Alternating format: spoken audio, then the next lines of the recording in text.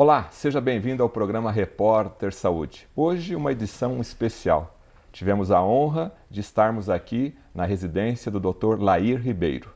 Com certeza você sabe quem é Dr. Lair Ribeiro, mas eu vou passar agora o microfone aqui para o Dr. Lair Ribeiro e fazer, por favor, a sua apresentação, que é muito extensa, e nessa sua apresentação a gente vai conhecendo um pouquinho mais do Dr. Lair Ribeiro. Pois não, Fernando. É um prazer estar conversando com você e com seus telespectadores.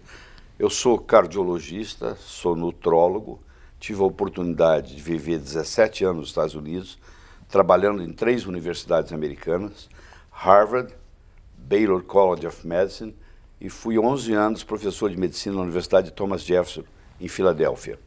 Eu também tive a oportunidade de ser diretor médico da Merck Sharp and Dohme e fui diretor executivo e cheguei a vice-presidente da Ciba Corporation, hoje Novartis. Aí eu abandonei tudo isso por um período, tive a oportunidade de escrever 36 livros, 15 deles foram para a lista dos mais vendidos, 26 foram traduzidos para outros idiomas. Eu fiz isso por um período grande e há 5 anos atrás eu voltei à minha atividade médica, dando aula para médicos, treinando médicos na área de envelhecer sem adoecer. Eu tenho uma história interessante da sua ida para os Estados Unidos. Parece que você estava fazendo um plantão, apareceu uma pessoa com dor no peito. Conta essa história para gente. Pois não, eu e mais 2, nós éramos dono de um hospital em Minas Gerais, em Teófilo Otoni, Hospital São Lucas, que nós construímos, 150 leitos. E era uma sexta-feira, eu estava de plantão, estava terminando um plantão, e aí o telefone tocou, eu atendi, era um gerente de um hotel dizendo que eles tinham lá um hóspede com dor no peito. Falei, olha, eu estou saindo para um final de semana longo, chama outro. Falei, nós já chamamos 2 cardiologistas, falaram a mesma coisa. Falei, tá bom, estou indo. Aí cheguei lá, encontrei um senhor com dor no peito, fiz o eletrocardiograma, ele estava infartando. Levei para o hospital. Eu não falava inglês direito na época, ele não falava português direito, ele era polonês que morava nos Estados Unidos. E ele comprava pedras preciosas e semi-preciosas no Brasil e vendia nos Estados Unidos. E na ida para o hospital, ele me perguntou, você conhece meu filho? Eu falei, quem é seu filho? Ele falou, meu filho chama-se Peter Marocco. Eu falei, não conheço seu filho pessoalmente, mas eu conheço o seu filho pelos livros, pelos trabalhos. O filho dele era cardiologista, chefe do departamento de pesquisa de Harvard. 48 horas depois, o filho dele veio para Teófilo Otoni ajudar a tomar conta do pai. Por ironia do destino, ele era casado com uma brasileira, de uma americana, São Paulo, falava português. Então nós ficamos ali, o pai dele complicou, ficou 15 dias internado. Na véspera do pai ir embora, nós tínhamos um centro de estudos, tínhamos 21 médicos trabalhando conosco no hospital, cada um numa especialidade diferente, eu era o único cardiologista. E estava programado que eu ia falar na fase arritmias, na fase aguda do infarto do miocárdio. E o Peter sentado assistindo. Aí eu pedi permissão aos meus colegas, dei uma aula no nível dele. Aí quando eu terminei, ele chegou para mim e falou, você quer ir para Harvard? Eu falei, não tenho nenhum interesse. Eu sou dono de um hospital, ganho o dinheiro que eu quero, tenho uma clientela absurda, muito obrigado. E ele foi embora. 6 meses depois nós estávamos conversando no telefone e eu brinquei com ele, falei, que é a oferta? Ele falou, continua de pé.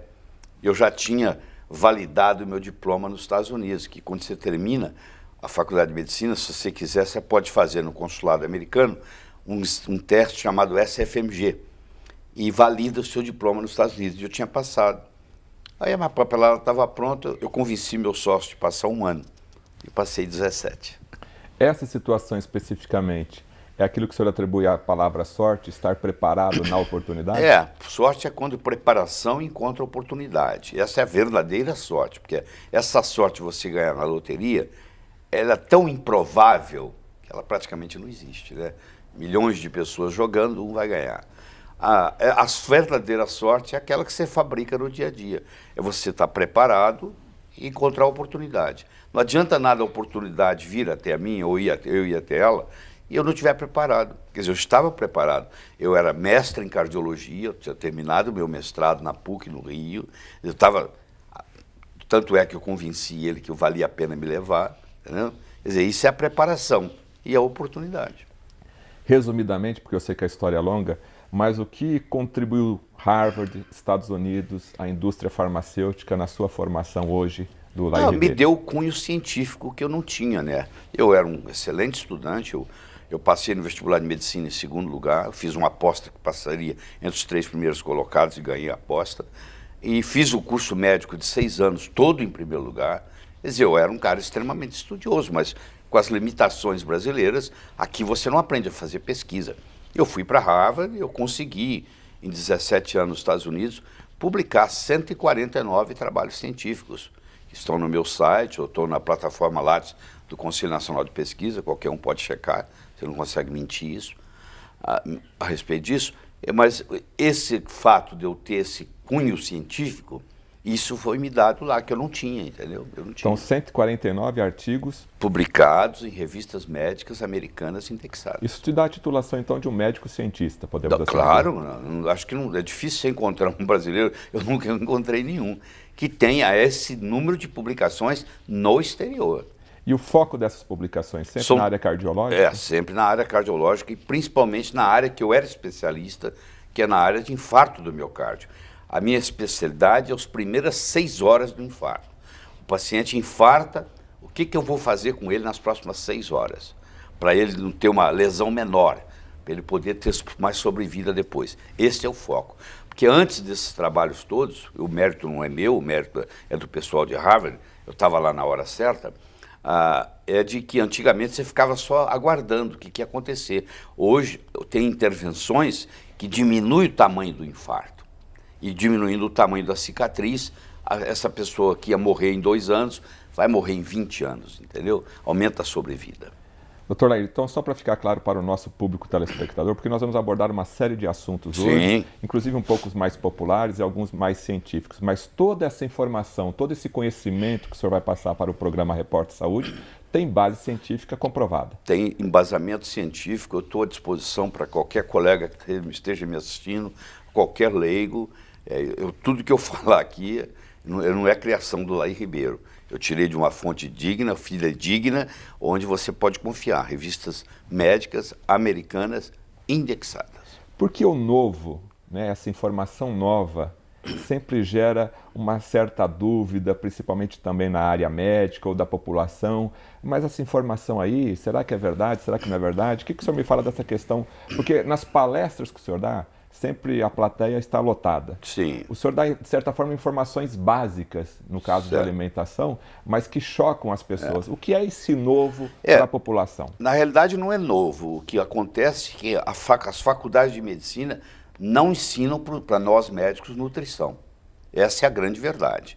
Nós médicos aprendemos muito pouco sobre nutrição na faculdade de medicina. Tanto é que eu fui ser, depois de cardiologista, eu fui ser nutrólogo. Eu sou também nutrólogo, tenho título, tudo certinho. O que é ser nutrólogo depois de médico? É fazer uma especialização. Tem 1.041 nutrólogos no Brasil hoje. Depois que você é médico, você faz um curso de especialização de 1 ano, presta uma prova, que não é fácil.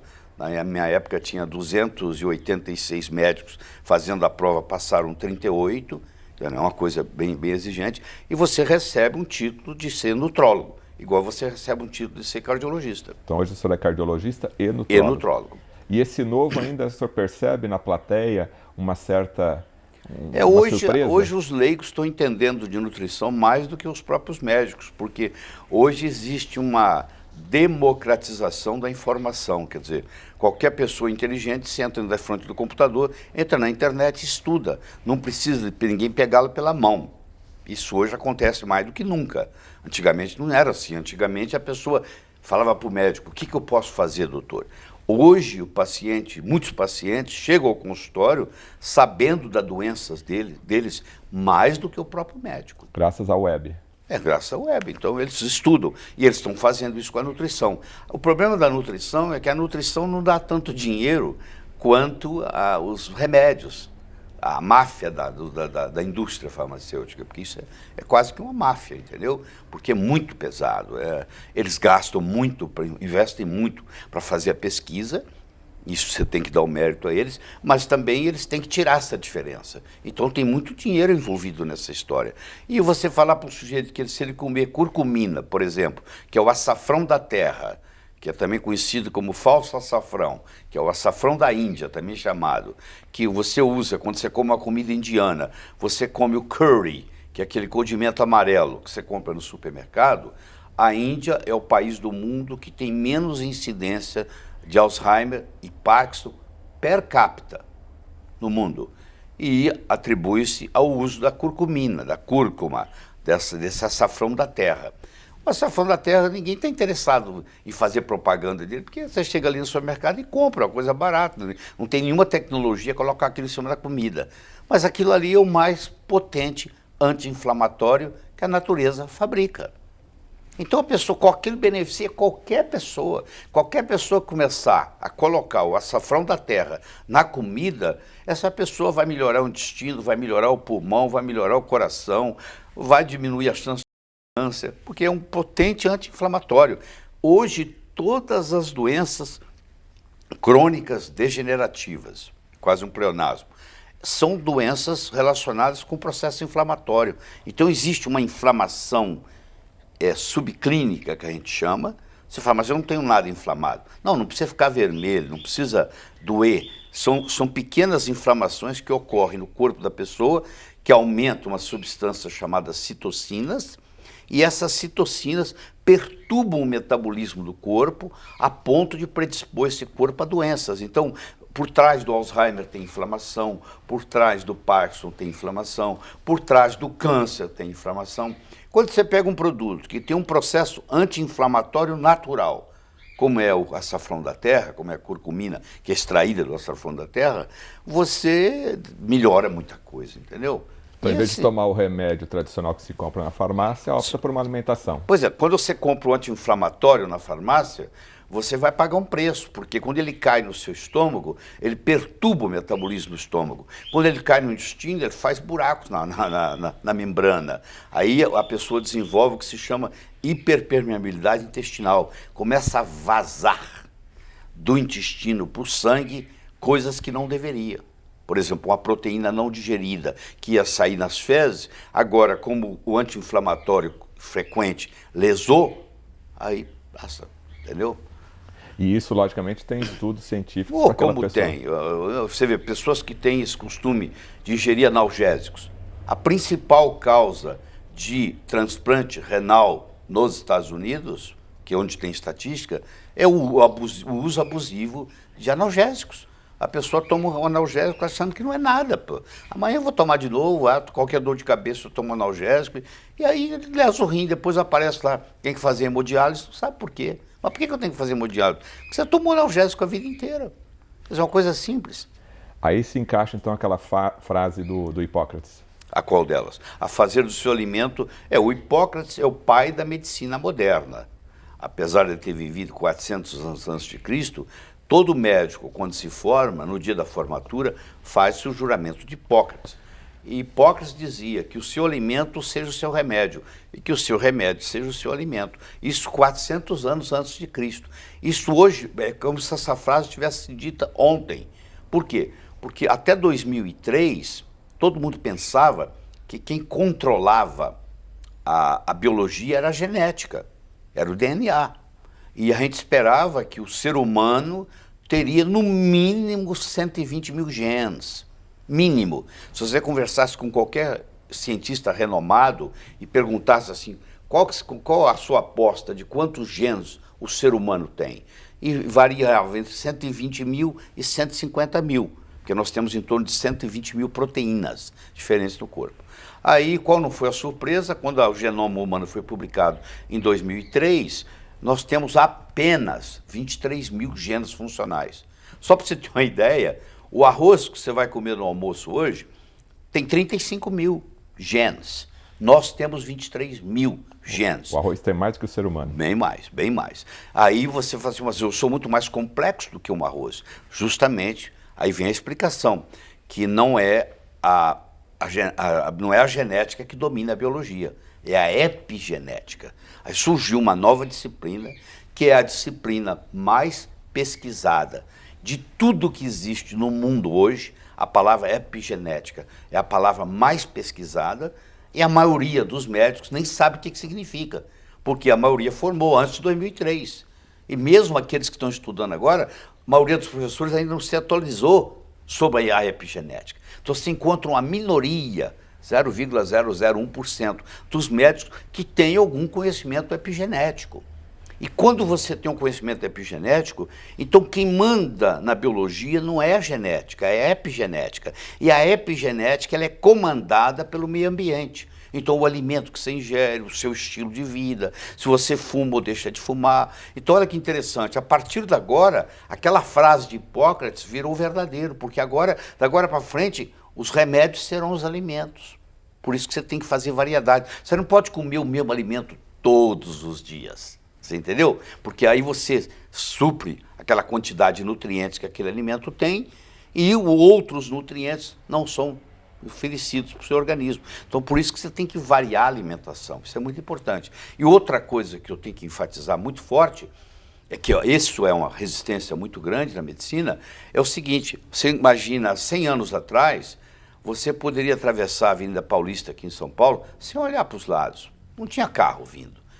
O Ford Bigode foi lançado nos Estados Unidos em 1912 e levou um certo tempo para chegar ao Brasil.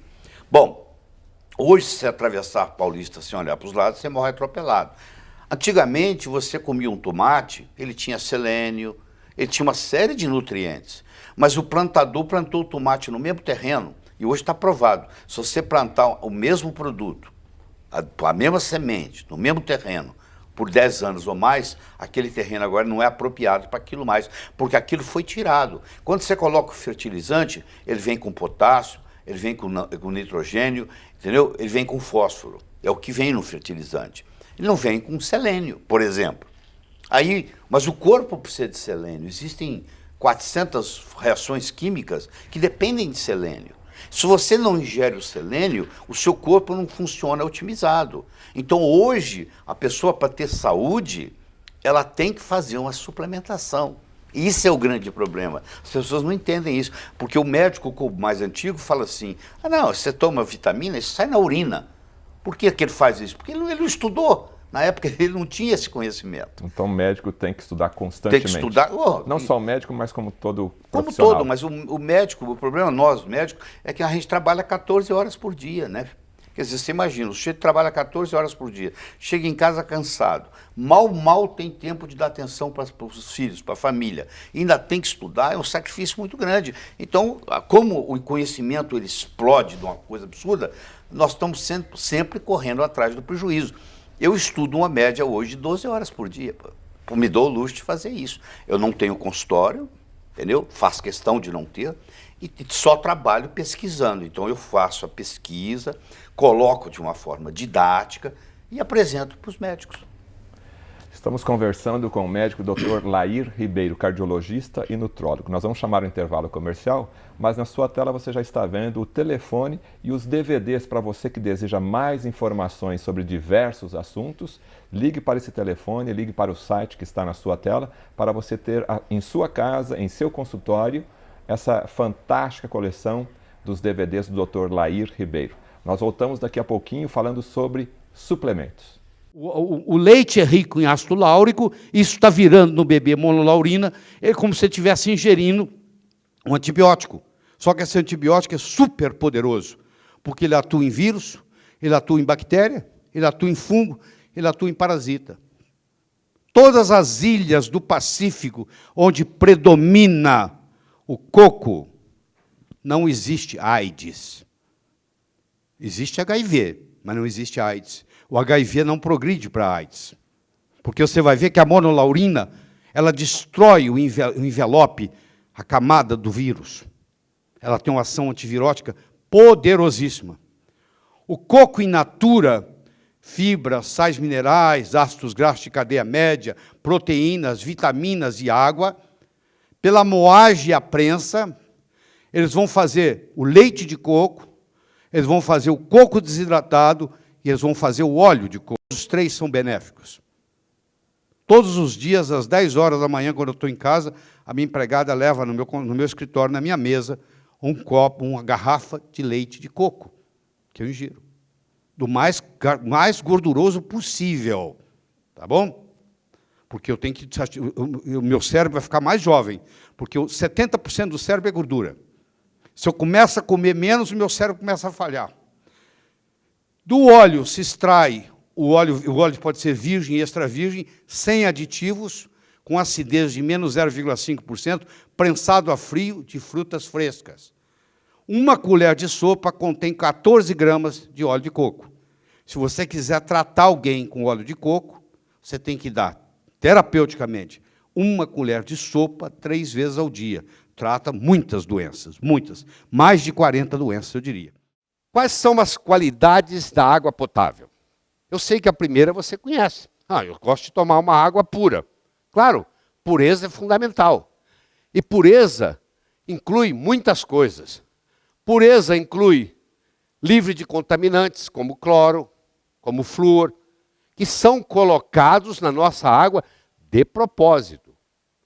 O cloro é colocado para matar as bactérias e o flúor é colocado, teoricamente, para ajudar a evitar cárie. Nos países de primeiro mundo, tanto o cloro quanto o flúor estão sendo abolidos. O flúor para provar que realmente as cáries começaram a cair muito antes da introdução do flúor na água. Então, eu não tenho tempo aqui para discutir, mas existe uma grande discussão científica se o flúor na água realmente faz bem ou faz mal. A tendência mundial, inclusive da Organização Mundial de Saúde, é mostrar que o flúor está fazendo mais mal do que bem. Então, é considerado um veneno. O cloro também é um halógeno que tem uma repercussão muito grande no corpo. Então, esses dois halógenos contribuem para muitos problemas no corpo, inclusive casos de hipotiroidismo. Porque já que o flúor, o cloro, o bromo e o iodo são halógenos, e eles são capazes de deslocar o iodo da tireoide. Nós temos os metais tóxicos, cada vez mais. Eu já mencionei anteriormente de que os nossos rios no Brasil estão contaminados com metais tóxicos, a maioria metais pesados, que interferem profundamente na nossa fisiologia. Se eu tomo uma água que tem metal tóxico, tem metal pesado, faz uma diferença muito grande. Os chamados xenoestrógenos, os bisfenol A, os fitalatos, são substâncias derivadas do petróleo que entram na nossa água, que entram no nosso corpo, que não são biodegradáveis, que não saem mais a não ser pelo suor, e que interferem no nosso mecanismo hormonal. São disruptores hormonais. E, finalmente, os compostos orgânicos, que se combinam e formam estruturas venenosas. Então, é claro que quando eu quero tomar uma água, ela não pode ter cloro, ela não pode ter flúor, de preferência, ela não pode ter metais tóxicos, ela não pode ter xenoestrógeno, ela não pode ter compostos orgânicos.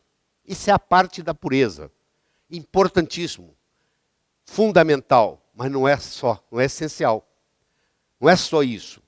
Você precisa de outras coisas. Para você ter uma ideia, você pode tomar, por exemplo, uma água engarrafada, que vem de uma mina teoricamente pura, mas no transporte desta garrafa, na carroceria de um caminhão, com o sol batendo ao meio-dia, isso libera xenoestrógenos, libera bisfenol A, libera fitalato, e essa água chega à sua mesa já contaminada. Oba, tudo bem? Tá vindo novidade por aí, você está sabendo disso, né? Eu, Lair Ribeiro, vou ter um portal, Academia de Treinamento Lair Ribeiro. É uma oportunidade única, isso não aparece na sua vida todo dia não. Aproveita, porque logo, logo nós vamos fazer o lançamento. Já tem o pessoal se inscrevendo, se preparando. Eu acho que você devia de entrar nessa, nem que seja para testar, para ver se funciona ou não. Aí você vai ver se o que eu estou falando aqui é verdadeiro ou não. Mas primeiro você tem que checar. Portanto, aproveite, tá?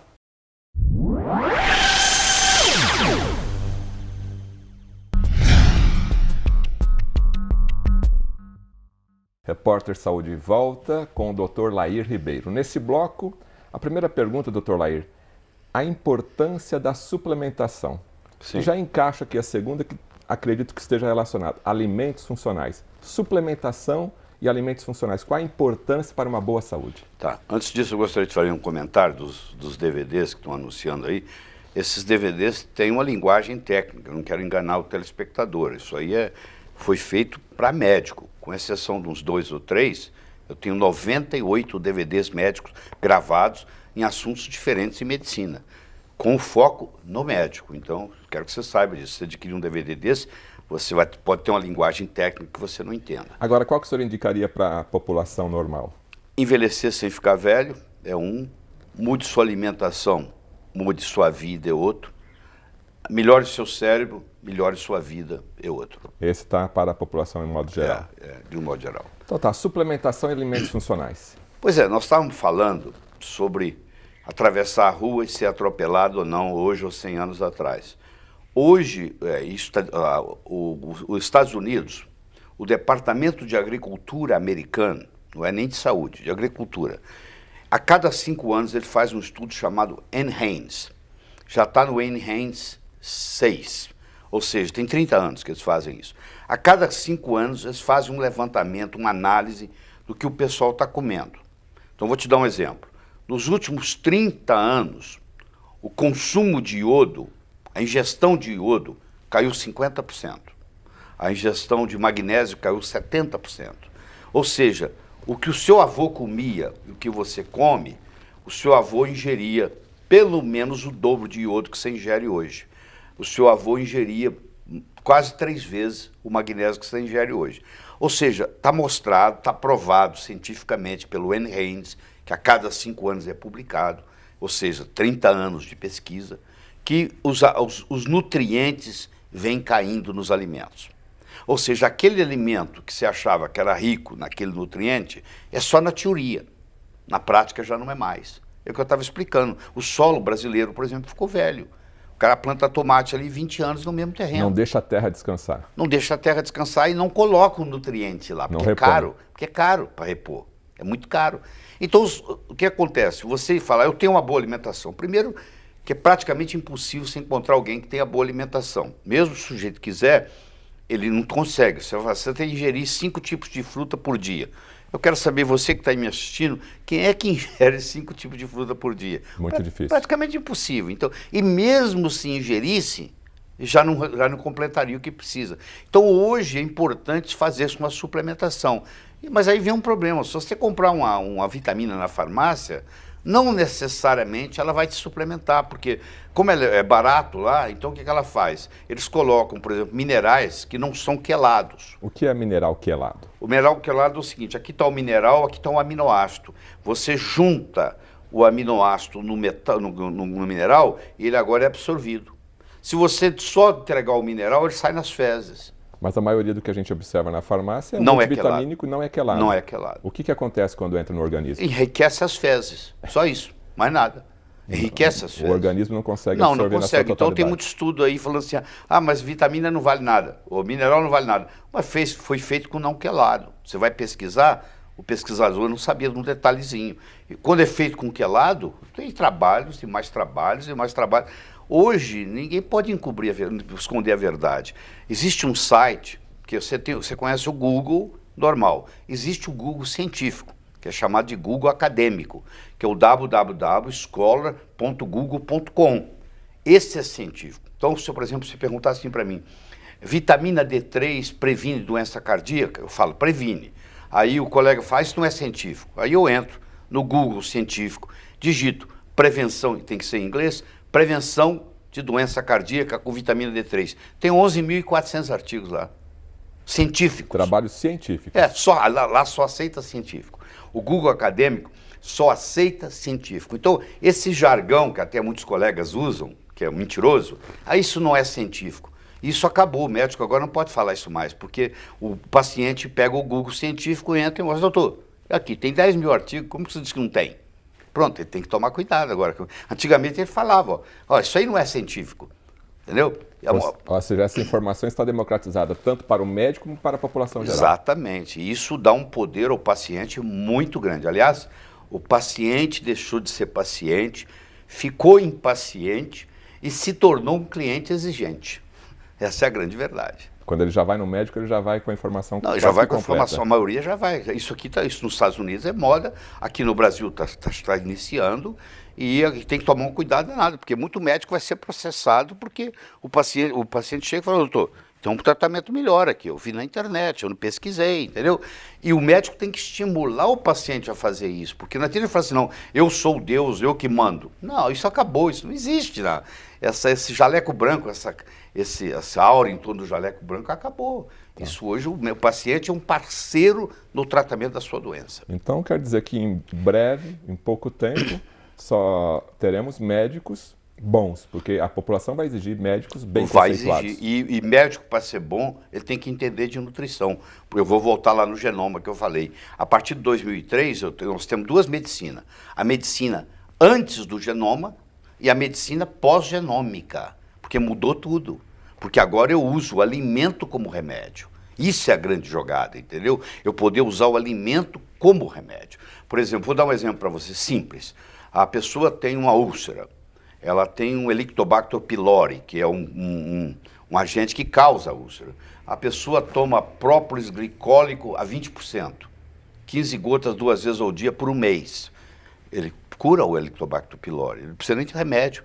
O próprio própolis glicólico a 20%, 15 gotas 2 vezes por dia, resolve o problema, entendeu? Eu, como leigo, já vi alguns artigos desses nas revistas populares falando dessa descoberta. Como pois é, então, você viu, o leigo hoje às vezes está na frente da medicina, porque enquanto o médico é conservador, ele fica, mas eu não aprendi isso na faculdade, só que a faculdade que ele aprendeu estava obsoleta, já estava obsoleta quando ele estava lá, porque aquele professor dá aquela mesma aula 10, 15 anos seguidos. Eu me lembro, um professor de farmacologia, ele tinha uma aula pronta que ele dava 15 anos, ou seja, quando ele me deu a aula de farmacologia, ela já estava obsoleta. Esse que é o problema.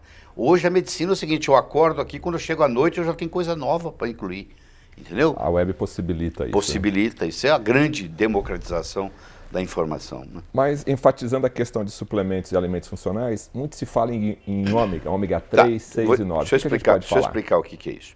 Na era paleolítica, antes de 10 mil anos atrás, vamos pegar lá o homem que caçava e pegava frutos silvestres, aquela dieta paleolítica, comparada com a dieta de hoje, comum nossa, que a gente põe na mesa, na era paleolítica, a relação ômega 6 ômega 3 era 2, 3 para 1. Hoje chega a ser 40 para 1.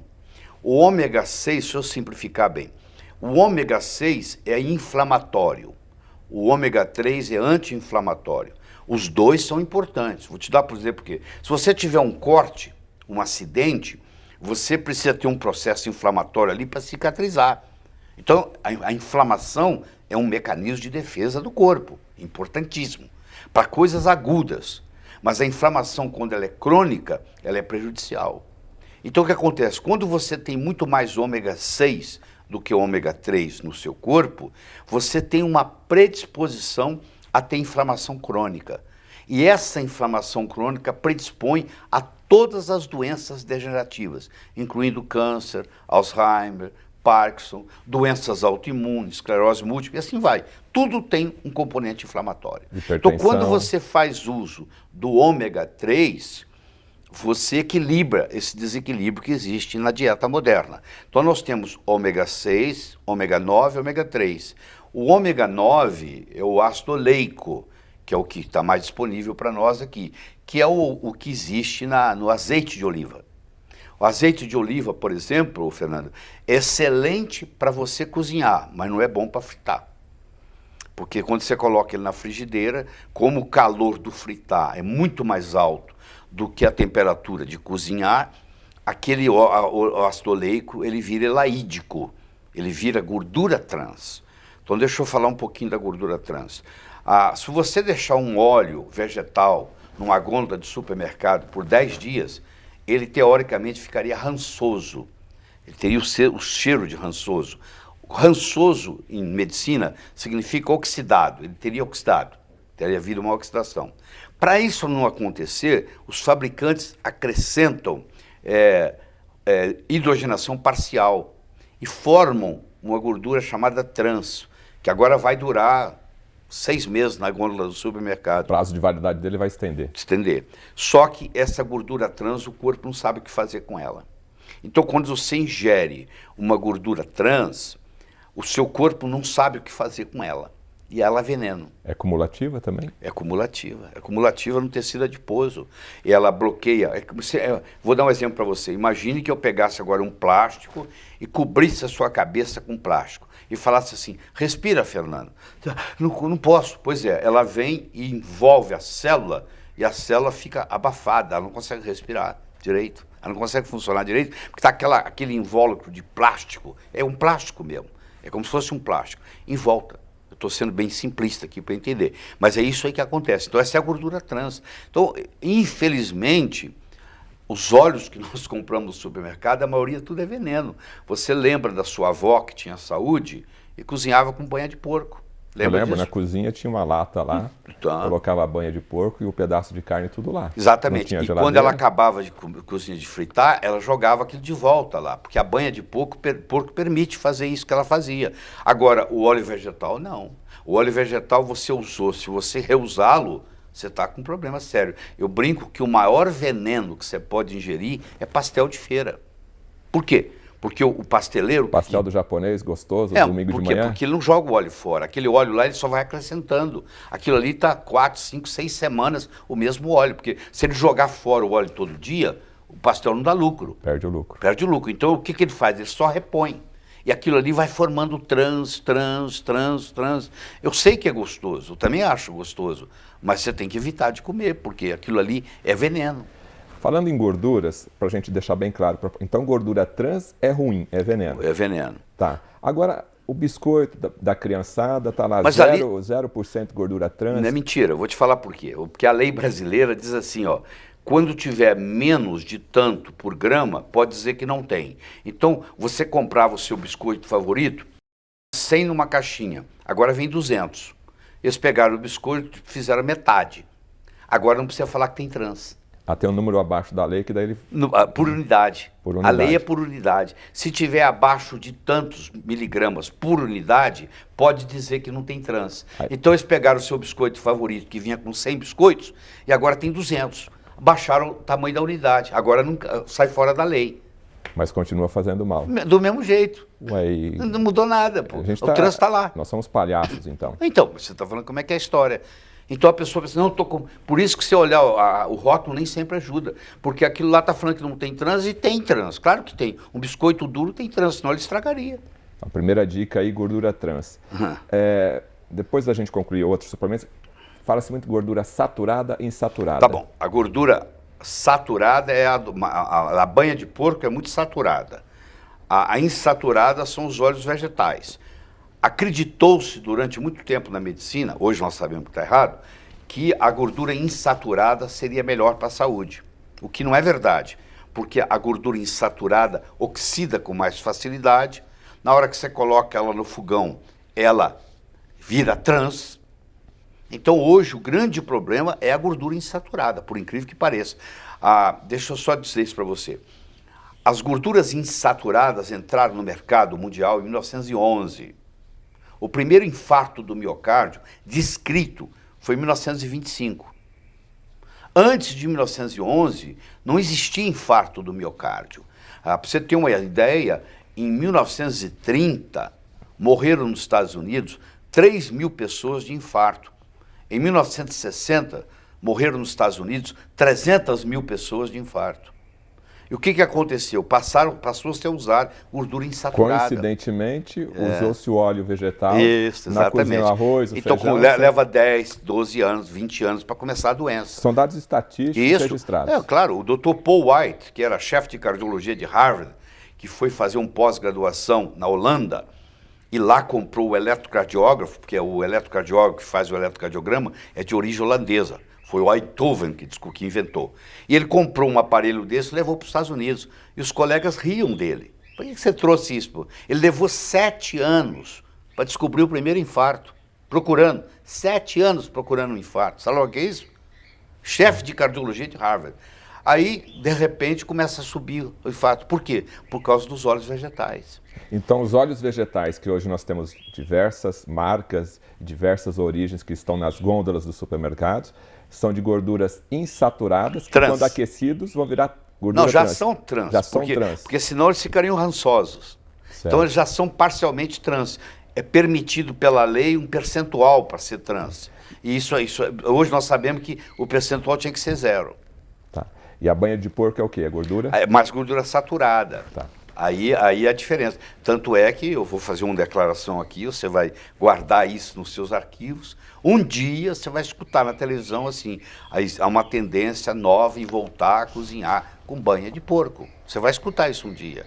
Porque é melhor do que... Eu não estou dizendo que é ideal, mas é melhor do que as outras que estão aí. Tá. O ideal seria coco, óleo de coco. Esse é o ideal. Óleo de coco. De coco. Óleo de coco emagrece, eu tenho 3 DVDs sobre isso, mostro para você que ele é termogênico. O médico, o nutricionista que falar para você que óleo de coco engorda, não entende de nutrição, tá? Porque são cadeias médicas, ácido graxo de cadeia médica, capróico, caprílico, cáprico e láurico. Pra você ter uma ideia, o láurico, que tem 47% dos ácidos graxos do coco, é láurico. Qual a função dele? Eu vou te explicar um segundo. Só para você fazer a comparação, o leite materno tem 19% de láurico, o coco tem 47%. O ácido láurico, quando ele cai no estômago, ele vira uma estrutura chamada monolaurina.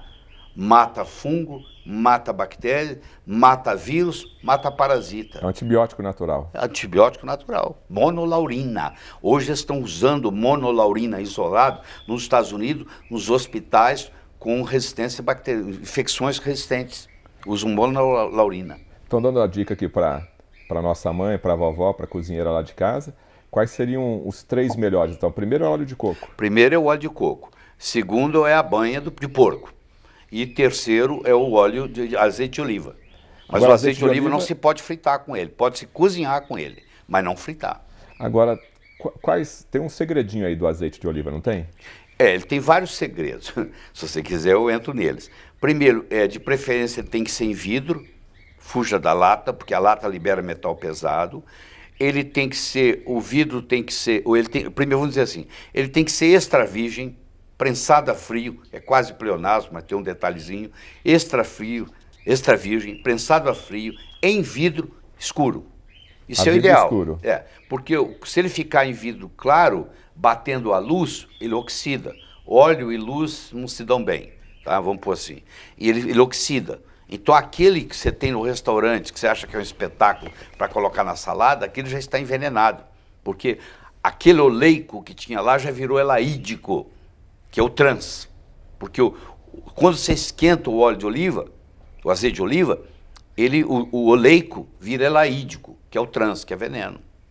Então, a boa dica aí também para a sua alimentação diária, colocar aí um azeite de oliva de boa qualidade. De boa qualidade. Quando eu falo dessas 4 coisas, ele tem que ser prensado a frio, extra virgem, no escuro, no vidro escuro, você tem que comprar ele importado. Não tem no Brasil. Não tem nacional. Entendeu? Aí ele fica com preço quase de uma garrafa de vinho de boa qualidade. E para concluir em relação ao óleo de coco, como que se deve tomar óleo de coco? Hoje a gente vê no mercado tanto em cápsula como em vidros. A cápsula já tem um menor efeito, porque precisa de muita cápsula, né? Mas tem algum efeito, sim. O óleo de coco você pode tomar água, a água é usada, inclusive tem um tratamento famoso no mundo inteiro, onde se usa água de coco para destruir pedra de rins, entendeu? Eles fazem na veia, chama bucoterapia, B-U-K-O, bucoterapia, fazem na veia. Você sabe que em lugares onde a mãe não consegue dar leite, ter leite, substitui com a água do coco, substitui. Você pode fazer ele no óleo de coco concentrado, que é um óleo que tem aí no mercado à vontade, e que tem todas essas propriedades e mais muitas outras. Vou te dar uma, por exemplo. Graças a esse monolaurina. Em todas as ilhas do Pacífico, onde predomina o coco, tem lugar no Pacífico onde 90% da alimentação é coco dependente. Não existe AIDS. Não existe. O HIV não progride para AIDS. Ele mata o vírus. Ele mata o vírus, porque a monolaurina é um potente antivirótico. Aqui a gente vai conversando e os assuntos vão puxando um outro. Cálcio e magnésio. Muito se fala em cálcio, muito se fala em magnésio. Isso aqui é uma caixinha de marimbondo para mexer, hein? Mas nós vamos mexer. Toda pessoa que faz suplementação de cálcio sozinho morre mais cedo. Toda pessoa que compra ali na gôndola o cálcio, vou tomar cálcio, hoje televisão fala, compre seu cálcio à vontade. Vai morrer mais cedo. Por quê? Porque o cálcio não fica preso no osso. Ele vai para as artérias e ele deposita. Então tem os estudos científicos, todos mostram. Suplementação de cálcio sozinha é extremamente perigosa, porque o cálcio não vai para o osso. O cálcio, para ir para o osso, ele precisa de outros ingredientes. Você tem que tomar o cálcio junto com a vitamina D, junto com a vitamina K2. Aí você segura ele no osso. Se você tomar o cálcio sozinho, ele não fica no osso. Ele vai e deposita. Ele faz aneurisma de aorta, ele faz placa de aterosclerose, ele faz placa de coronária. Então ele nem enriquece as fezes, ele já fica fazendo mal no organismo. Muitos dele não é absorvido, dependendo do cálcio que você toma. Por exemplo, o cálcio do leite é um mito, isso é um mito, que eu vou desconstruir o mito aqui agora. Esse mito de que o cálcio do leite faz bem, isso é um mito. Primeiro, o seguinte, a vaca não bebe leite. De onde ela tira o cálcio para pôr no leite? Do capim. Tudo verdade. que é verde tem cálcio. É só pensar um pouco, né? Entendeu? Porque se ela tem que colocar o cálcio no leite, não tem? Ela tira o cálcio de onde? Ela não mama. E a estrutura óssea dela é violenta, Então né? ela não mama, né? Ela tira do verde. O verde, geralmente, como regra geral, tudo que é verde tem cálcio, tá? Então, primeiro, o cálcio, só 30% do cálcio do leite é absorvido. Ainda bem. Esse cálcio que é absorvido, sozinho não resolve nada. Ele vai depositar em lugar que não devia, que nós chamamos de tecido mole. Então eu tenho que fazer... E o brasileiro, apesar de viver num país tropical, um grande problema do brasileiro é a deficiência de vitamina D. Porque a vitamina D é feita pelo sol. E todo mundo hoje tem o que eu chamo de heliofobia. A pessoa tem medo do sol. Fizeram a cabeça da pessoa que sol faz mal. Antes dos antibióticos, tudo era tratado com sol. Né? Você pergunta para o seu avô, tinha os solários. O cara tinha tuberculose, ia para o solário, tinha sífilis, ia para o solário, tinha psoríase, ia para o solário, para curar. Não, hoje você sai de casa e já passa um protetor solar. Né? Você vai no dermatologista, vai no médico, se cuida do sol, você não pode ficar. Isso aí é, infelizmente... E o sol é importante para a vitamina D. É fundamental para a saúde. O sol, e a maioria dos protetores solares não protege contra o raio que causa mal. Porque o sol é o seguinte, ele emite 3 ultravioletas. A, B e C. O C não chega aqui, então não tem o que você discutir. Vai chegar o A e o B. 95% que chega é A e 5% que chega é B. É ultravioleta B, que é o que produz a vitamina D. Só que, Fernando, os protetores solares, em geral, você comprar na farmácia ali, ele protege contra o UVB, mas não protege contra o UVA. E o UVA é que causa envelhecimento da pele, o UVA é que causa câncer, entendeu? E o cara passa o protetor solar, vai para a praia pensando que ele está protegido. Pelo contrário, o tiro sai pela culatra, porque o raio que realmente causa o problema não está bloqueado. Então, qual que é a dica que tem que dar para a pessoa? Tem que ler no rótulo o quê? Lá no rótulo até mente, porque lá no rótulo fala assim, largo espectro. Você já viu falar de FPS, né? Já. O fator de proteção solar é 8, 20, 30, 60. A proteção contra o UVA chama PPD. O ideal é o PPD estar acima de 20. A Organização Internacional exige um PPD de 22. Eu sei que até para médicos essa linguagem está estranha, porque isso é coisa que não é divulgada. Entendeu? Eu tenho que ter o fator de proteção solar, o FPS, e eu tenho que ter o PPD. Quando eu tenho os dois, eu protejo contra o UVA e o UVB. Agora, existe um exagero muito grande na sociedade em usar filtro solar quando não deveria. Porque o que está acontecendo é como passa muito filtro solar, a mulher passa debaixo da maquiagem, eu não sei para quê, ela entra no carro, vai para o trabalho, vai para o shopping, volta, vai para o trabalho, entra, chega de noite, pega sol nenhum. Então, o brasileiro, 96% dos brasileiros, morando num país tropical, tem deficiência de vitamina D. Nós fizemos um trabalho com um colega nosso de Curitiba, fizemos 100 pessoas, 96,5% tinha deficiência de vitamina D. Os 100 primeiros pacientes seguidas, ele mediu. Então, isso é a tônica. Em San Diego, na Califórnia, que é a terra onde brilha o sol, 85% tem deficiência de vitamina D. Então, isso é um problema muito sério. E hoje nós sabemos que quem tem deficiência de vitamina D tem mais predisposição a infarto, tem mais predisposição a câncer, tem mais predisposição a doenças autoimunes. Se você me perguntasse aqui agora, doutor Lair, o senhor conhece alguma vitamina anti-câncer? Eu digo, conheço. Alguma vacina anti-câncer? Eu digo, conheço. Se você mantiver os seus níveis de vitamina D3 no sangue acima de 50 nanogramas por ml, você irá prevenir 85% dos cânceres que você viria a ter na sua vida. Está publicado isso. Então, existem trabalhos científicos... Muitos trabalhos, não é pouco não. Que determinam que a normalidade dos níveis da vitamina D... é fundamental na prevenção de câncer. Mama, próstata. Mais de 80%. 85%. Se você mantiver os seus níveis de vitamina D3 no sangue acima de 50 nanogramas por ml, você vai prevenir em torno de 85% dos cânceres que você viria a ter na sua vida. Isso é muito importante, doutor Lair. E como que se repõe? A primeira dica é tomar o seu solzinho. O ideal seria a pessoa tomar 10 a 15 minutos de sol por dia, tá? De preferência ao meio-dia. Olha como é que vai. Você aprendeu o seguinte, não pode tomar das Só 10 às 2. Dá câncer. Eu digo ao contrário, você tem que tomar ao meio-dia, você não vai ficar torrando no sol, mas ao meio-dia é quando você mais produz vitamina D. É onde o sol, ainda mais se você mora no sul do país, na época do inverno, não adianta você tomar sol, porque aquele sol lá não resolve, sol do meio-dia resolve. É isso aí também, toda mudança de paradigma, né? Eu dou aula para dermatologista, você precisa ver as brigas que dá, é a confusão danada. Deve ser interessante. É muito interessante, vale a pena assistir. Então é o seguinte, esse problema existe, ele é muito sério. Então, isso é um jeito. O outro jeito é você ingerir alimentos altos em vitamina D. Você lembra do óleo de fígado de bacalhau que a sua avó falava que você tinha que tomar antes de sair de casa? Aquilo é rico em vitamina D. E hoje, felizmente, existe suplementação. Você pode comprar vitamina D3 e ingerir ela 5, 10 mil unidades por dia. Líquido ou cápsula? Pode ter cápsula, pode ter líquido, pode ter sublingual. Hoje tem injeção. Tem gente que faz cada 6 meses uma injeção com quantidades grandes de vitamina D. Hoje está sendo usado... injeção em grande quantidade também não faz mal o excesso? Não, não faz mal. Existe um mito de que ela poderia ser tóxica. Você, meu colega que está me assistindo, você nunca viu, nem nunca irá ver uma intoxicação por vitamina D. Para uma pessoa se intoxicar com vitamina D, ela tem que tomar 40 mil unidades por dia por mais de um ano. Tem um caso descrito na literatura. Para você ter uma ideia. Muito improvável isso daí. É totalmente improvável. Estamos conversando aqui com o Dr. Lair Ribeiro, um assunto interessantíssimo e um assunto vai puxando o outro. Nós vamos chamar o intervalo comercial.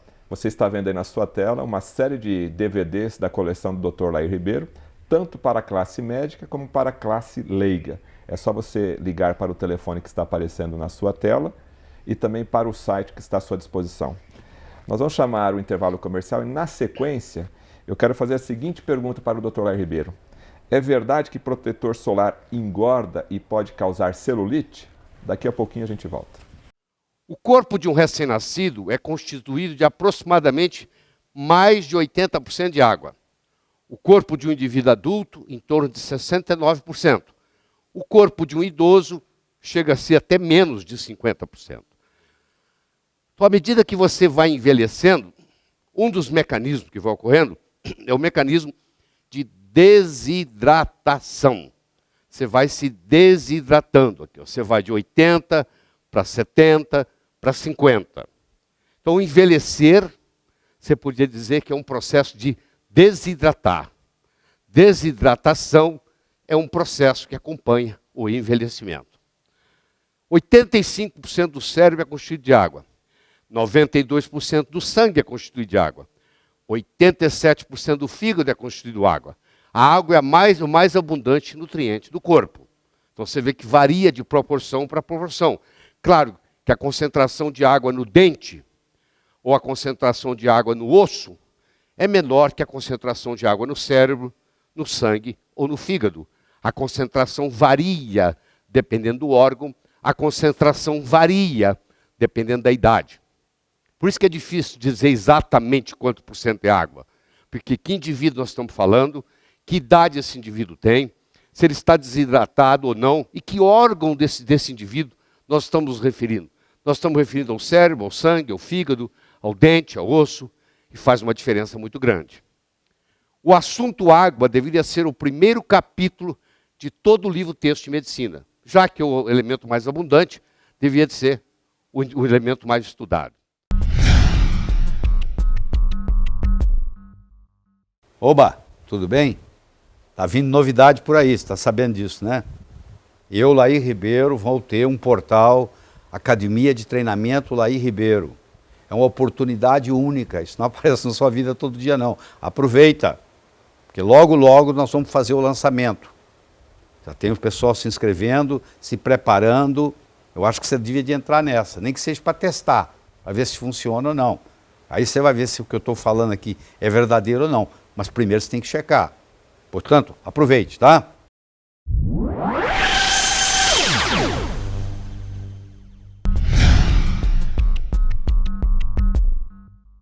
Estamos de volta aqui com o programa Repórter Saúde, edição especial. Estamos aqui na casa do Dr. Lair Ribeiro. Nosso tema nesse bloco, vitamina D e protetor solar. A importância da vitamina D como prevenção de mais de 85% de cânceres.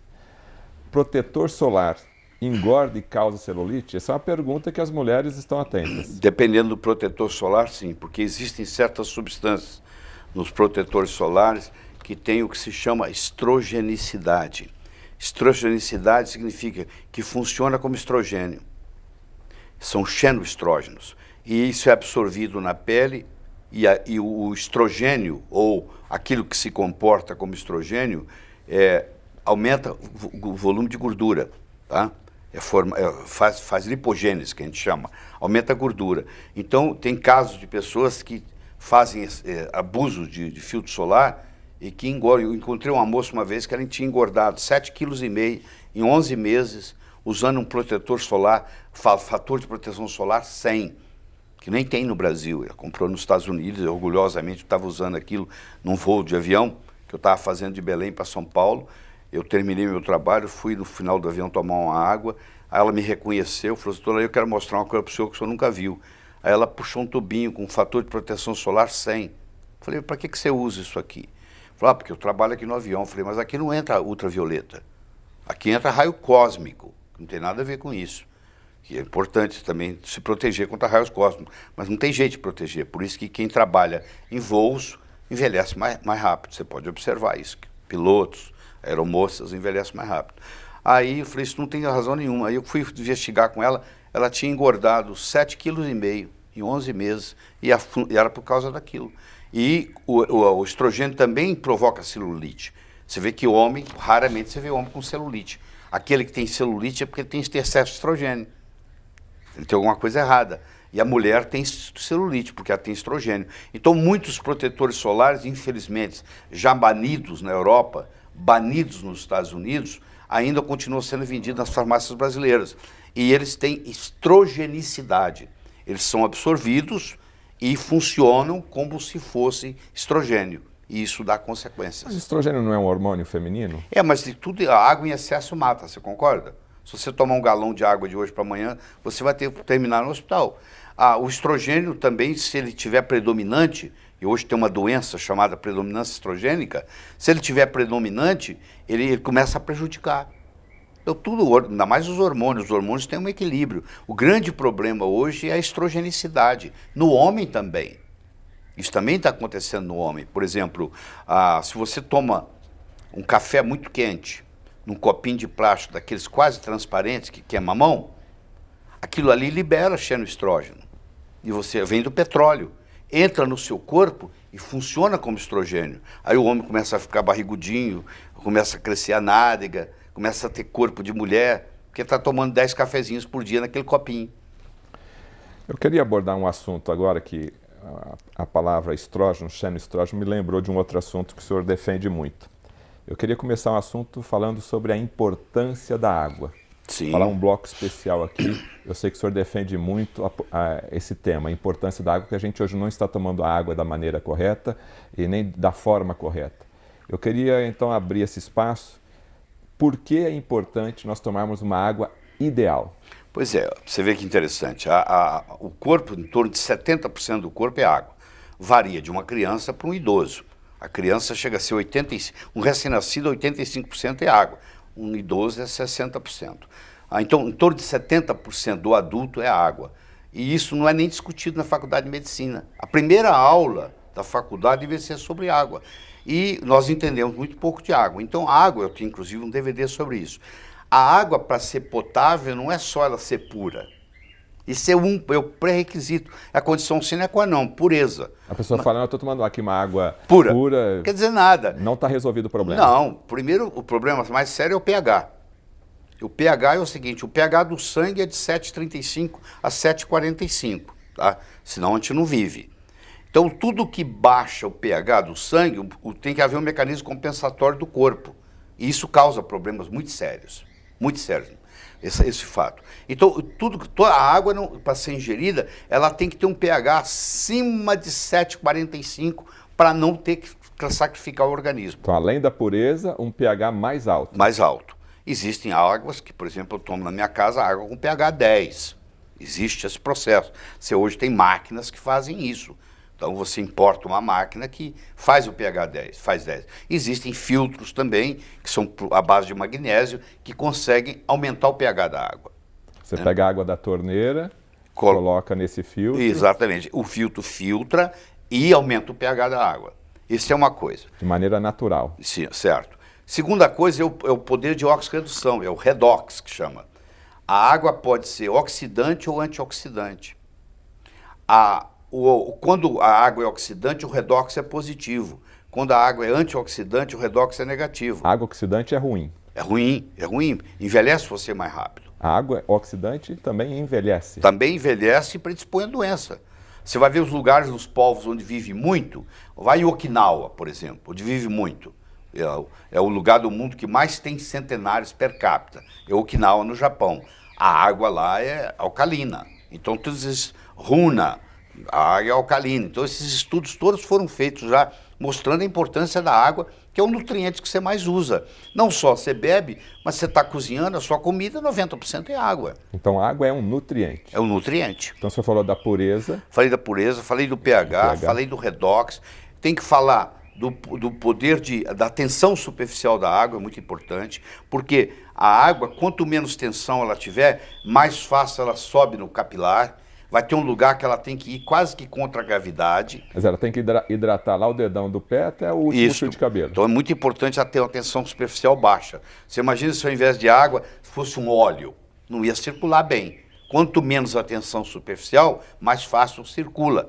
E ela tem que ter condutibilidade. Por exemplo, levanta o braço. Eu fiz um comando, esse comando foi através dos nutrientes que estavam na água que eu bebi. Então você falou 5 características de uma água ideal para se beber. É a pureza, é o pH, é o redox, é o poder é o redox, é a condutibilidade e a tensão superficial. Isso é possível hoje nós tomarmos essa água através de filtros disponíveis? Através de filtros e aparelhos disponíveis onde isso faz essa transformação. Isso é possível hoje. Tá. Mas hoje existe no mercado a ideia da água mineral, que você compra de galões de 20 litros, e também nas gôndolas, galões menores, e a água mineral que todo mundo sai com garrafinha plástica. Então a pessoa tomando essa água mineral está tranquila? Não está tranquilo pelo seguinte, eu vou te falar. Porque a não ser que a água fosse produzida no fundo do quintal. Se ela é produzida longe de onde você mora e ela é transportada, ela não vai ser transportada de avião, você concorda? Ela vai ser transportada de caminhão. Um caminhão. Vai chegar uma hora que é meio-dia, não vai? Vai. O sol está batendo forte naquelas garrafas de plástico. Quando o sol bate forte na garrafa de plástico, ele libera xenoestrógeno. No plástico da garrafa do garrafão tem o xenoestrógeno. Tem o xenoestrógeno. Tudo que vem do petróleo tem xenoestrógeno. Aquela garrafa é feita de produto de petróleo. É um elemento químico que vai ser transferido para a água que você vai beber daqui a pouco. Exatamente. Então, teoricamente, você pode ter uma água que engorda. Uma água que engorda? Claro, porque se ela veio de muito longe, você mora no Ceará e comprou uma água de Porto Alegre, e ela viajou de caminhão 5 dias. Para chegar lá, o sol bateu naquelas garrafas várias horas por dia. Concorda? Sim. Liberou xenoestrógeno. Agora você põe aquilo te engorda. Então é uma água que... Esse aqui é o problema das garrafas. Só estaria boa para tomar se fosse lá na fonte. Lá na fonte. Agora o transporte matou a água. Tem que ver como é que é o processo de transporte. Como é que eles protegem isso do sol. É mais ou menos assim, você quer ver? O seu telespectador vai adorar isso. A mãe, coitada, que não sabe, que esquenta a mamadeira da criança no micro-ondas. Mas isso, 99% faz isso hoje. Mas deixa eu te falar o que acontece. Quando você pega aquela mamadeira de plástico e coloca no micro-ondas para esquentar o leite, o calor do micro-ondas libera xenoestrógeno no leite, porque aquilo ali é plástico. Então você não pode esquentar nada no micro-ondas dentro de plástico. Para que serve o micro-ondas, então? Para jogar fora. Micro-ondas é um problema, meu querido. Tem uma praticidade, mas isso que você acabou de paga-se falar... um preço. Tudo que você esquentar no micro-ondas, por exemplo, se você esquentar um alimento no micro-ondas, você faz uma desnaturação das proteínas. Se eu esquentar um pedaço de carne no micro-ondas, não é o mesmo produto que entrou. O que vai sair é diferente do que entrou, porque há uma desnaturação das proteínas. Você vai se alimentar, mas não vai se nutrir. É verdade. Vai só te engordar aquilo ali. Mas o pior de tudo é o fato são as mães com as mamadeiras. Então, você que está me assistindo, por favor, nunca esquente uma mamadeira de plástico no micro-ondas. Nunca. Banho-maria. Banho-maria. E também tem um elemento químico no plástico chamado bisfenol A. Ainda bisfenol A. Tem, bisfenol A é outro, é um xenoestrógeno. Tem vários xenoestrógenos. O bisfenol A é um deles. Tá? O fitalato é outro.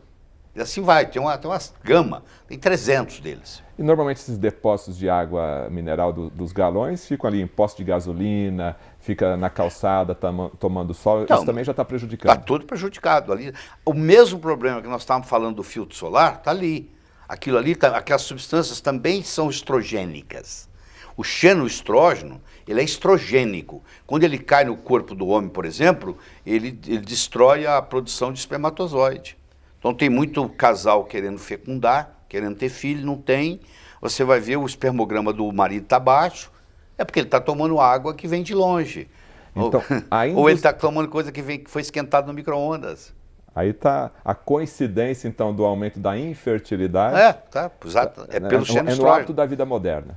Mas ninguém fala disso, né, querido? Tem muita gente escutando isso pela primeira vez, porque a pessoa fala o seguinte, a modernidade está ótima. A modernidade é muito boa, mas você tem que entender os problemas que a modernidade traz e evitá-los.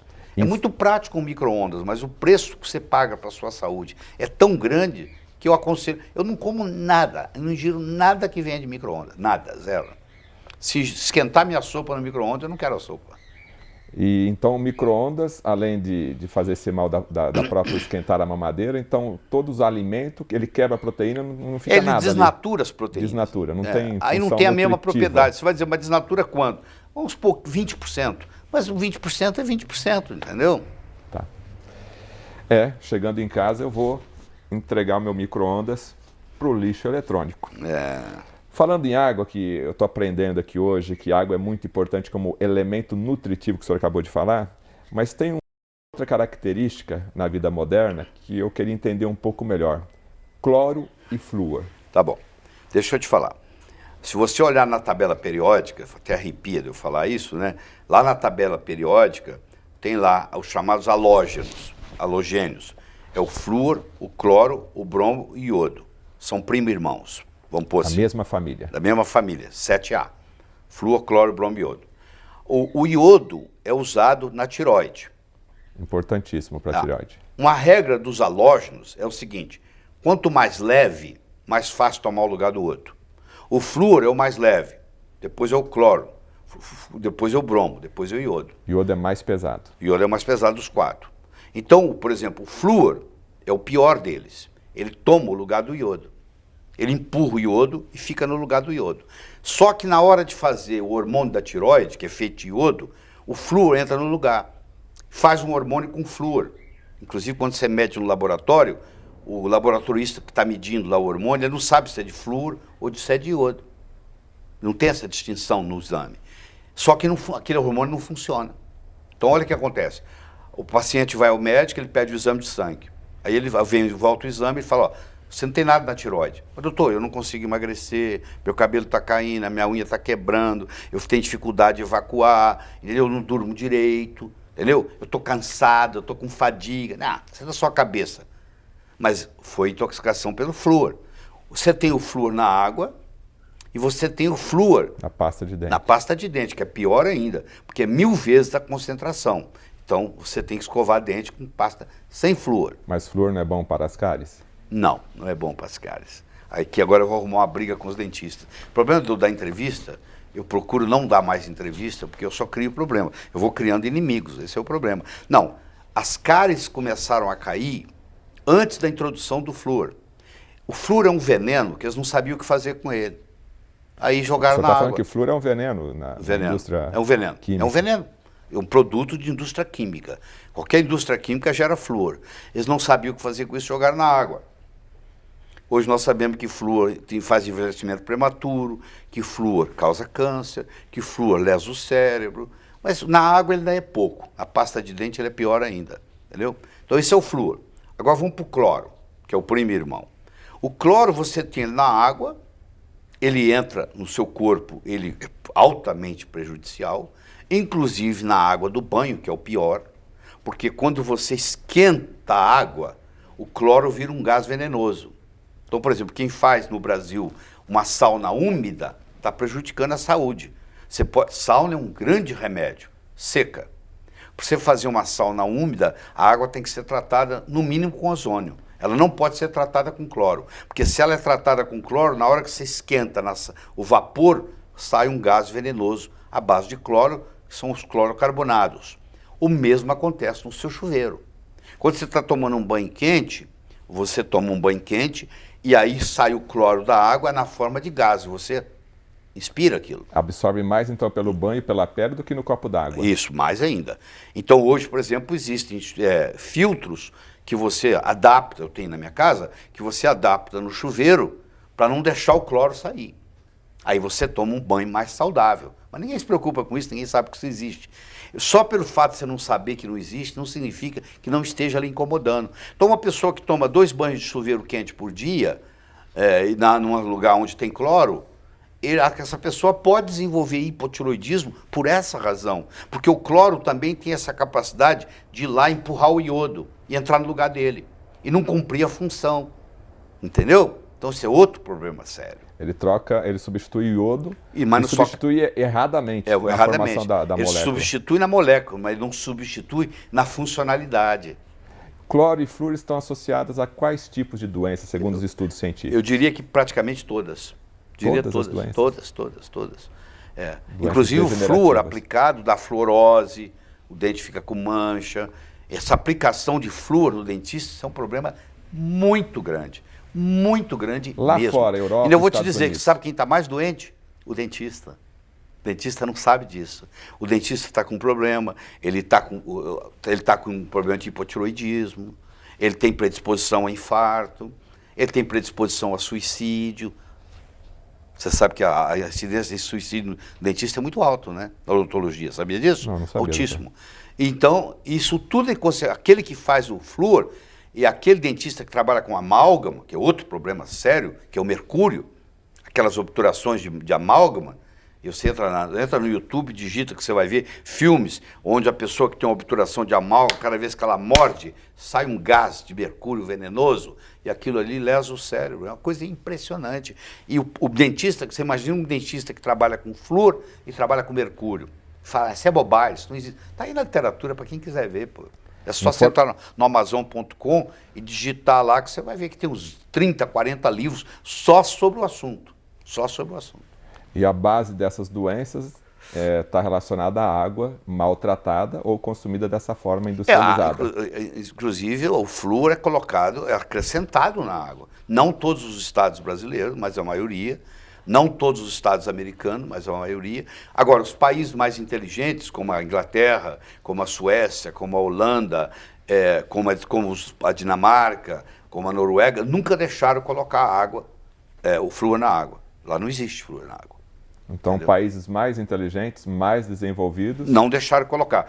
Hoje, nos Estados Unidos, tem, se não me engano, não vou garantir, mas mais ou menos, em torno de 14 estados onde já fizeram passeatas e tiraram o flúor da água. Para terminarmos esse bloco, então, aqui, água é fundamental, mas a água bem tratada. Que tem essas características de pH, redox, condutibilidade, tensão superficial, entendeu? Tudo isso, pureza, tudo isso. Eliminar o cloro também do banho é fundamental. Eliminar o cloro do banho é fundamental, porque principalmente o banho quente. O banho frio também, o cloro pode ser absorvido, mas é pouco. Agora, o banho quente forma-se um gás venenoso. Então, Aqui eu estou lembrando das mamães dando seu primeiro banho na banheirinha ali do neném, que é a água do chuveiro. Então isso também já começa o malefício lá no neném. começa, infelizmente, antes do neném nascer. Eles fizeram um estudo agora na Universidade de San Diego, Califórnia, onde eles examinaram o sangue do cordão umbilical de bebês que tinham acabado de nascer. A criança já nasce com mais de 100 produtos químicos que não pertencem a ele, já contaminado, porque a mãe passa na placenta, passa para o filho. Em plena gestação já vai ficando doente, começa a doença degenerativa aí. Eu digo que viver hoje faz mal para a saúde. Frase impactante, viver hoje é prejudicial à sua saúde. Por isso que é a importância de você estar bem informado. O programa Repórter Saúde faz aqui o seu trabalho, o seu dever de casa, que é levar a informação para você. Mas como o próprio Dr. Lair disse no começo da entrevista, todas as informações que estamos passando para vocês aqui são informações com bases científicas, mas a web está aí para você poder navegar e ficar à vontade para não acredite em mim, cheque.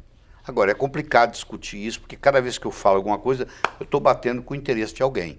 Não é verdade? Isso é complicadíssimo. Mas a bandeira que o senhor defende é a saúde, então é uma bandeira Eu digo o seguinte, se você ficar sabendo que o Lair Ribeiro morreu, não é de morte natural. O programa Repórter Saúde vai chamar mais um intervalo comercial. Você está vendo aí na sua tela esse DVD, Envelhecer Sem Ficar Velho. Telefone para você adquirir, o site para você adquirir e daqui a pouquinho mais informações com o Dr. Lair Ribeiro. Existe um exagero enorme nessa história de baixar colesterol. Cuidado. Se você está tomando remédio para baixar colesterol, você toma cuidado, porque o remédio prejudica mais do que o colesterol alto. O colesterol, ele é um defensor do corpo. O colesterol sobe, muitas vezes, porque a sua tireoide não está funcionando bem. Por um mecanismo de compensação, o colesterol sobe. Você vai lá e pá no colesterol. Você não resolveu nada. A tireoide estava com problema. O colesterol subiu para ajudar. Aí você vai lá e prende ele, porque está na cena do crime. Ah, foi pego na cena do crime. Ele é criminoso. Não, querido, ele era a polícia que foi lá. Então eles confundiram as coisas. E começaram a dar remédios que são altamente venenosos. E olha que eu passei 8 anos e meio da minha vida na indústria farmacêutica. Eu já estive do outro lado, eu sei o que eu estou falando. Então, remédios que destroem uma série de coisas importantes do seu corpo, e o sujeito fica preocupado com o número do colesterol. Aí ele fica deprimido, tá? Aí ele tem câncer, porque está com o colesterol muito baixo. Não resolveu nada. Porque as estatísticas mostram que não resolve nada. A retangularização da curva da longevidade, a compressão da morbidade, é principalmente feita através de estilo de vida e nutrição. Não há necessidade de remédio. Deixa eu falar para você. Todas as vezes que você coloca um remédio na boca, o corpo não sabe o que fazer com ele. Todas as vezes que você coloca um nutriente na boca, o corpo sabe o que fazer com ele. Quando você coloca uma vitamina B12 na boca, o corpo, desde que corpo é corpo, tem vitamina B12 no corpo. Agora, ninguém tem deficiência de Prozac. Quando você coloca um Prozac na boca, o corpo fala assim, o que é isso? O que eu faço com isso? Você coloca um beta-bloqueador na boca, o corpo fala, o que é isso? O que eu faço com isso? Aí dá um efeito colateral. Me traga qualquer bula de qualquer remédio que você quiser aqui. Eu vou lhe mostrar que tem efeito colateral. Claro que tem. Aquilo é uma molécula estranha. Então o segredo é você conseguir viver sem... Qual é a diferença de um suplemento para um remédio? Eu tomo 14 cápsulas de manhã. Eu viajo o mundo inteiro. Eu vou buscar o meu café, coloco as 14 cápsulas na mesa. Quando eu volto, sempre tem um curioso. Pô, você toma remédio. Querido, eu nunca pus um remédio na boca. Oh, mas isso aqui? Isso aqui não. Isso aqui é suplemento. O que é isso? Isso é ômega 3. Ômega 3 está no meu corpo, pô. Quando eu giro uma cápsula de ômega 3, o corpo sabe o que fazer com isso. Ah, o que é isso aqui? Isso aqui é magnésio. Magnésio tem no meu corpo. Ele sabe o que fazer com isso. É muito diferente você colocar um suplemento e você colocar um remédio. Tem gente tomando 10, 11 remédios diferentes, tudo intoxicado. Quando eu recebo um paciente que está tomando 10, 11 remédios, sabe o que eu faço? Eu paro tudo. Eles melhoram. A família fica encantada. Pô, esse médico é milagroso. Não, eu só parei os remédios. Só isso. Porque está tudo envenenado.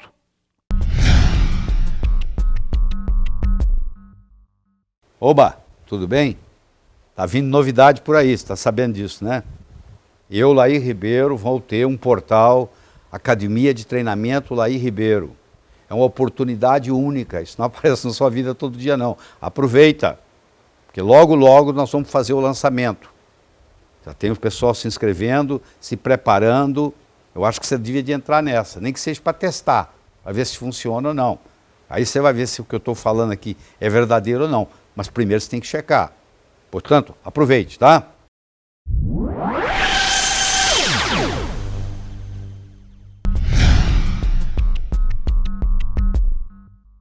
A Repórter Saúde de volta aqui pela sua TV Cidade.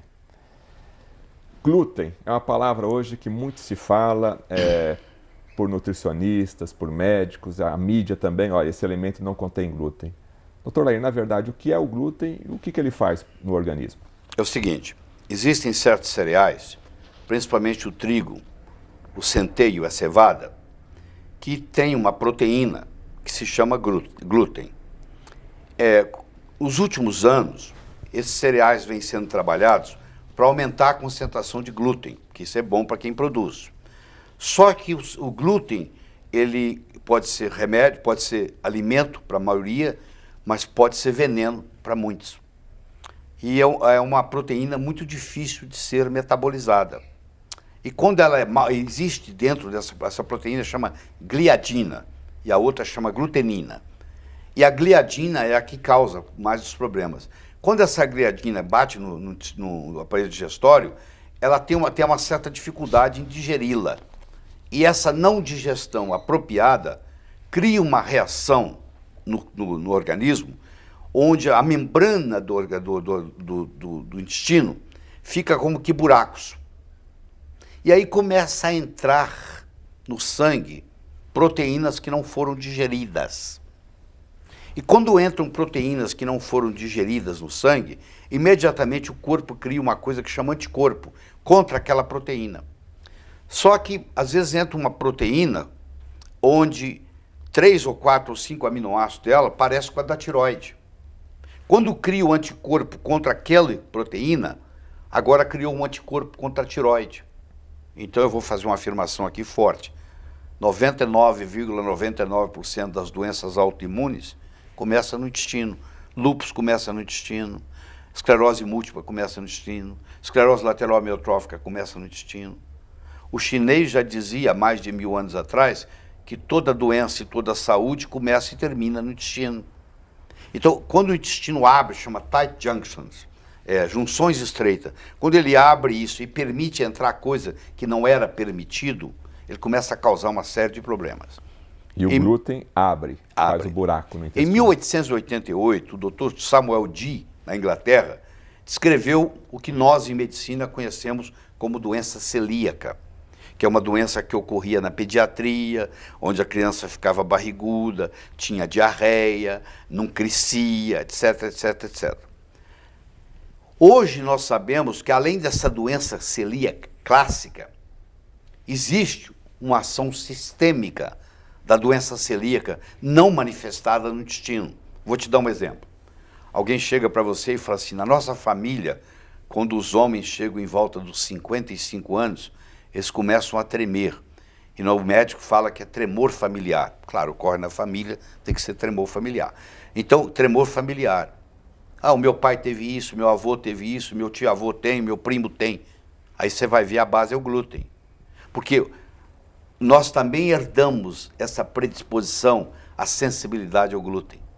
Então, se eu tenho sensibilidade ao glúten, e isso é silencioso, ninguém sabe, dos 20, 30, 40 anos para a doença se manifestar, e eu vou lá e manifesto um tremor, é porque essa reação do glúten foi no meu cerebelo e destruiu as células de Purkinje, que fazem a coordenação, então eu perdi o controle. Eu pego um paciente desse, eu tiro totalmente o glúten dele, e em 2, 3 semanas ele pode até parar de tremer. Agora, como que eu faço para saber se eu tenho essa sensibilidade ou não? Tá. Existem exames de sangue e existem biópsias. Existem 3 exames de sangue importantes. É um que mede o anticorpo antigliadina, o outro anticorpo antiendomísio e o outro anticorpo antitransglutaminase tecidual, falando nome difícil aqui. Então, mas esses exames, eles não são 100% confiáveis. Nem a biópsia é confiável, porque você imagina que eu vou ali no mar e pego um balde d'água e não vem peixe. Eu posso dizer que o mar não tem peixe? Não, não veio no balde. Eu posso biopsiar num lugar que não tinha. Eu não posso biopsiar o intestino inteiro. O intestino inteiro, se você esticar ele dá uma quadra de tênis. Dá para você imaginar? Uma quadra de tênis, exatamente. É enorme. É. Então, você imagina, eu vou biopsiar um lugar, numa quadra de tênis. Pode não dar nada. Então, nem a biópsia. O que resolve é assim. A pessoa chega no consultório e fala assim, doutor, eu tenho uma enxaqueca há 30 anos. Eu já fui até nos Estados Unidos. Eu não consigo curá-la. Aí eu digo para ela assim, vamos tirar o glúten por 15 dias? Vamos ver o que acontece? Aí ela tira o glúten por 15 dias, ela volta e diz, doutor, eu não tive enxaqueca mais. Do dia que eu tirei o glúten, nunca mais tive enxaqueca. Pronto, está matada a charada do ponto de vista prático. Enquanto você não tirar o glúten, você não vai ter enxaqueca. Que, aliás, é muito comum isso.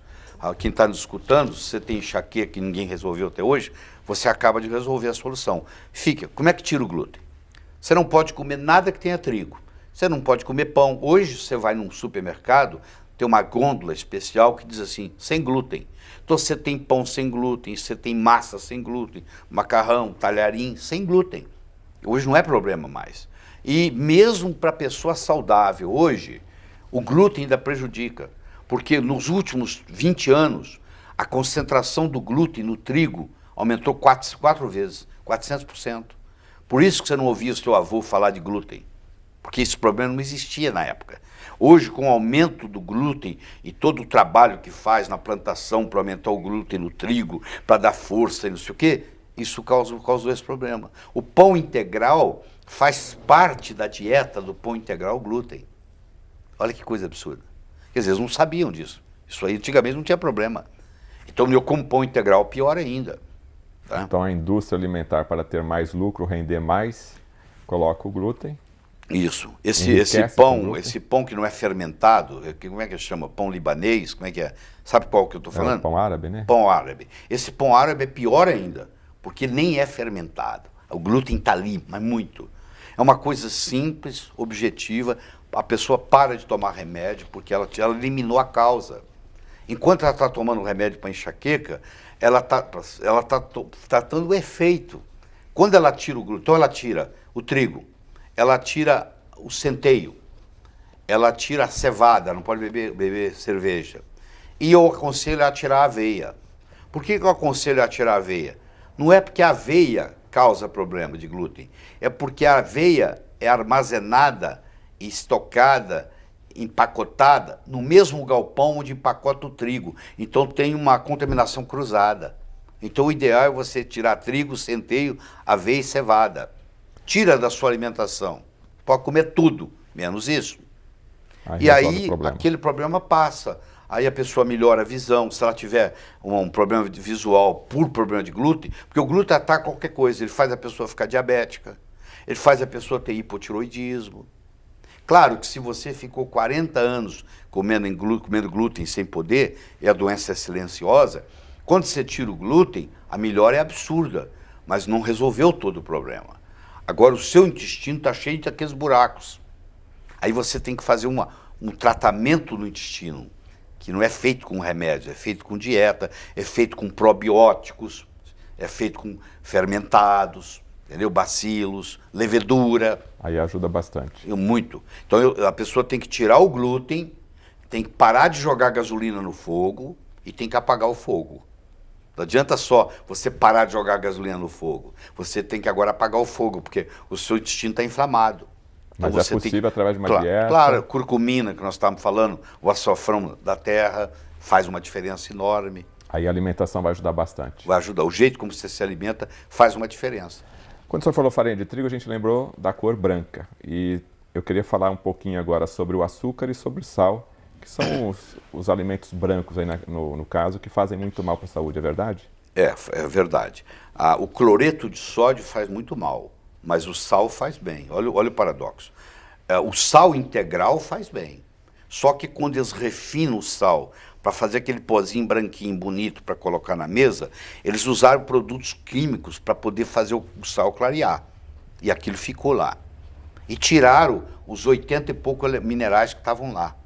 Quem está falando para vocês é um cardiologista. Eu sei que isso aí vai ser impactante para você, porque vai parecer um absurdo. Quem usa cloreto de sódio, a pressão sobe. Quem usa sal integral, a pressão baixa.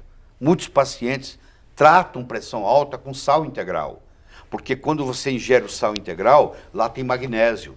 E muitas pessoas são hipertensas, têm pressão alta, por deficiência de magnésio. E quando eles mudam para o sal grosso, o sal de churrasco, não adianta você comprar um sal marinho refinado.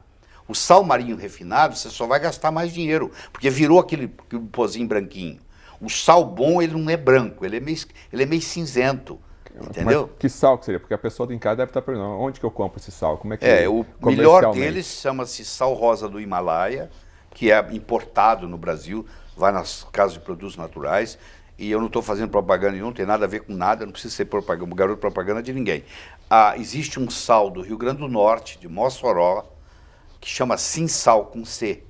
Entra na internet, Sinsal. Aí você compra o sal marinho não refinado, que eles chamam de flor de sal. Aí sim, aí te faz bem. Aí, aliás, até deve ingerir. Tá. Doutor Lair, qual a importância do magnésio? O magnésio, eu poderia conversar com você aqui umas 10 horas sobre isso. A maior autoridade em magnésio no mundo é brasileiro. Chama-se Arnoldo Veloso, um médico de 84 anos em plena atividade, em Brasília. Entendeu? O magnésio, precisa ver o que o magnésio não é bom. O magnésio, que se você tiver dor, você cura com magnésio. Se você tiver tensão pré-menstrual, o magnésio ajuda tremendamente. Hoje existe uma deficiência de magnésio no mundo e também no Brasil. Então, só que o magnésio, para ser absorvido, o ideal é o magnésio quelado. Mas mesmo que você não consiga ele quelado, o cloreto de magnésio, que é muito barato, mais barato que água, existe um sistema aí onde você compra pacotinhos de 33 gramas de cloreto de magnésio para cada litro de água.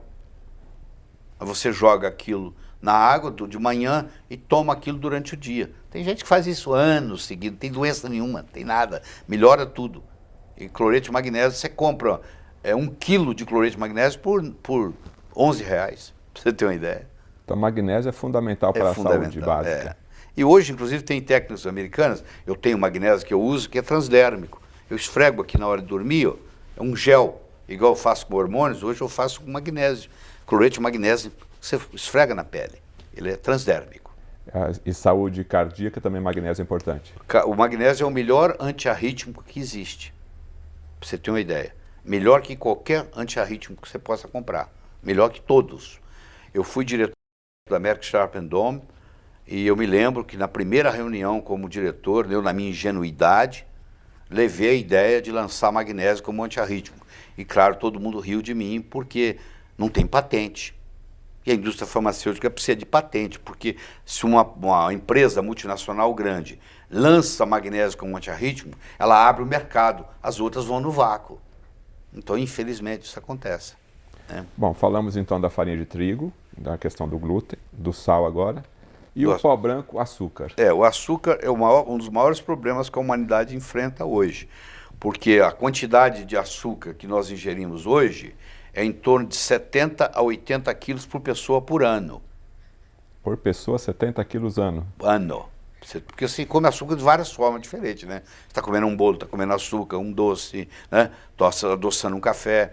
E aí isso cria um problema muito sério, porque o organismo está preparado para isso. Antigamente, você imagina um cara caçador, coletor, há 20 mil anos atrás. Onde é que ele ia arrumar açúcar? Não tinha açúcar. Se ele quisesse fazer uso de mel, ele tem que subir 14, 15 metros numa árvore para pegar o mel que fica lá em cima nas abelhas. Eles faziam isso, morria gente buscando mel, porque o sujeito subia e caía lá de cima. Então ninguém tinha coragem de ir lá tirar mel lá de cima. Primeiro que o cara subia lá, na hora que ele ia tirar o mel, as abelhas atacavam ele e caía lá de cima. Então, você imagina o drama. Porque onde tinha a floresta, a abelha faz no topo mais alto. Então você imagina, nem mel tinha acesso, para você ter uma ideia. E hoje qualquer coisa, açúcar hoje ficou barato, então é muito barato. E Então, faz mal para a saúde. Muito mal para a saúde, principalmente para o homem. Muito mal para a saúde. Por que mais para o homem? Porque o homem ele acaba tendo problema de impotência por causa do excesso de açúcar. A mulher já não é tanto, porque o órgão sexual da mulher não depende de ereção, né? Do homem depende de ereção, né?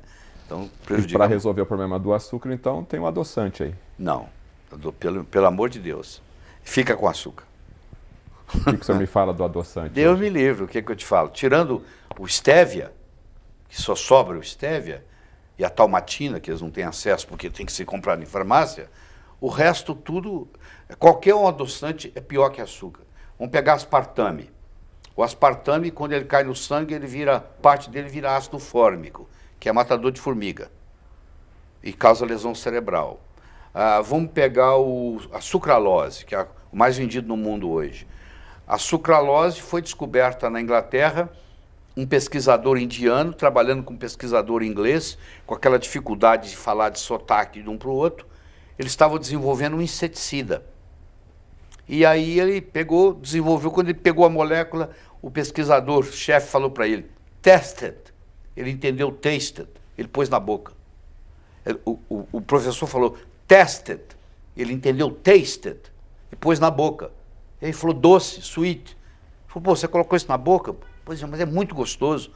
Aí eles lançaram como sucralose, como adoçante. É um inseticida para matar inseto. E é o que mais vende hoje Você no quer mundo. ver? Você quer ver? Eu faço um desafio. Pega seu açúcar, seu adoçante, coloca num canto do seu porão, você vai ver se barata chega perto. Açúcar, elas caem na mesma hora, estão lá. O adoçante nem inseto quer, nem barata quer. Então, essa história de que eu sou diabético e eu devo adoçar com adoçante artificial, isso é furado. Tá? Se você, na pior das hipóteses, você vai fazer uso de açúcar mascavo.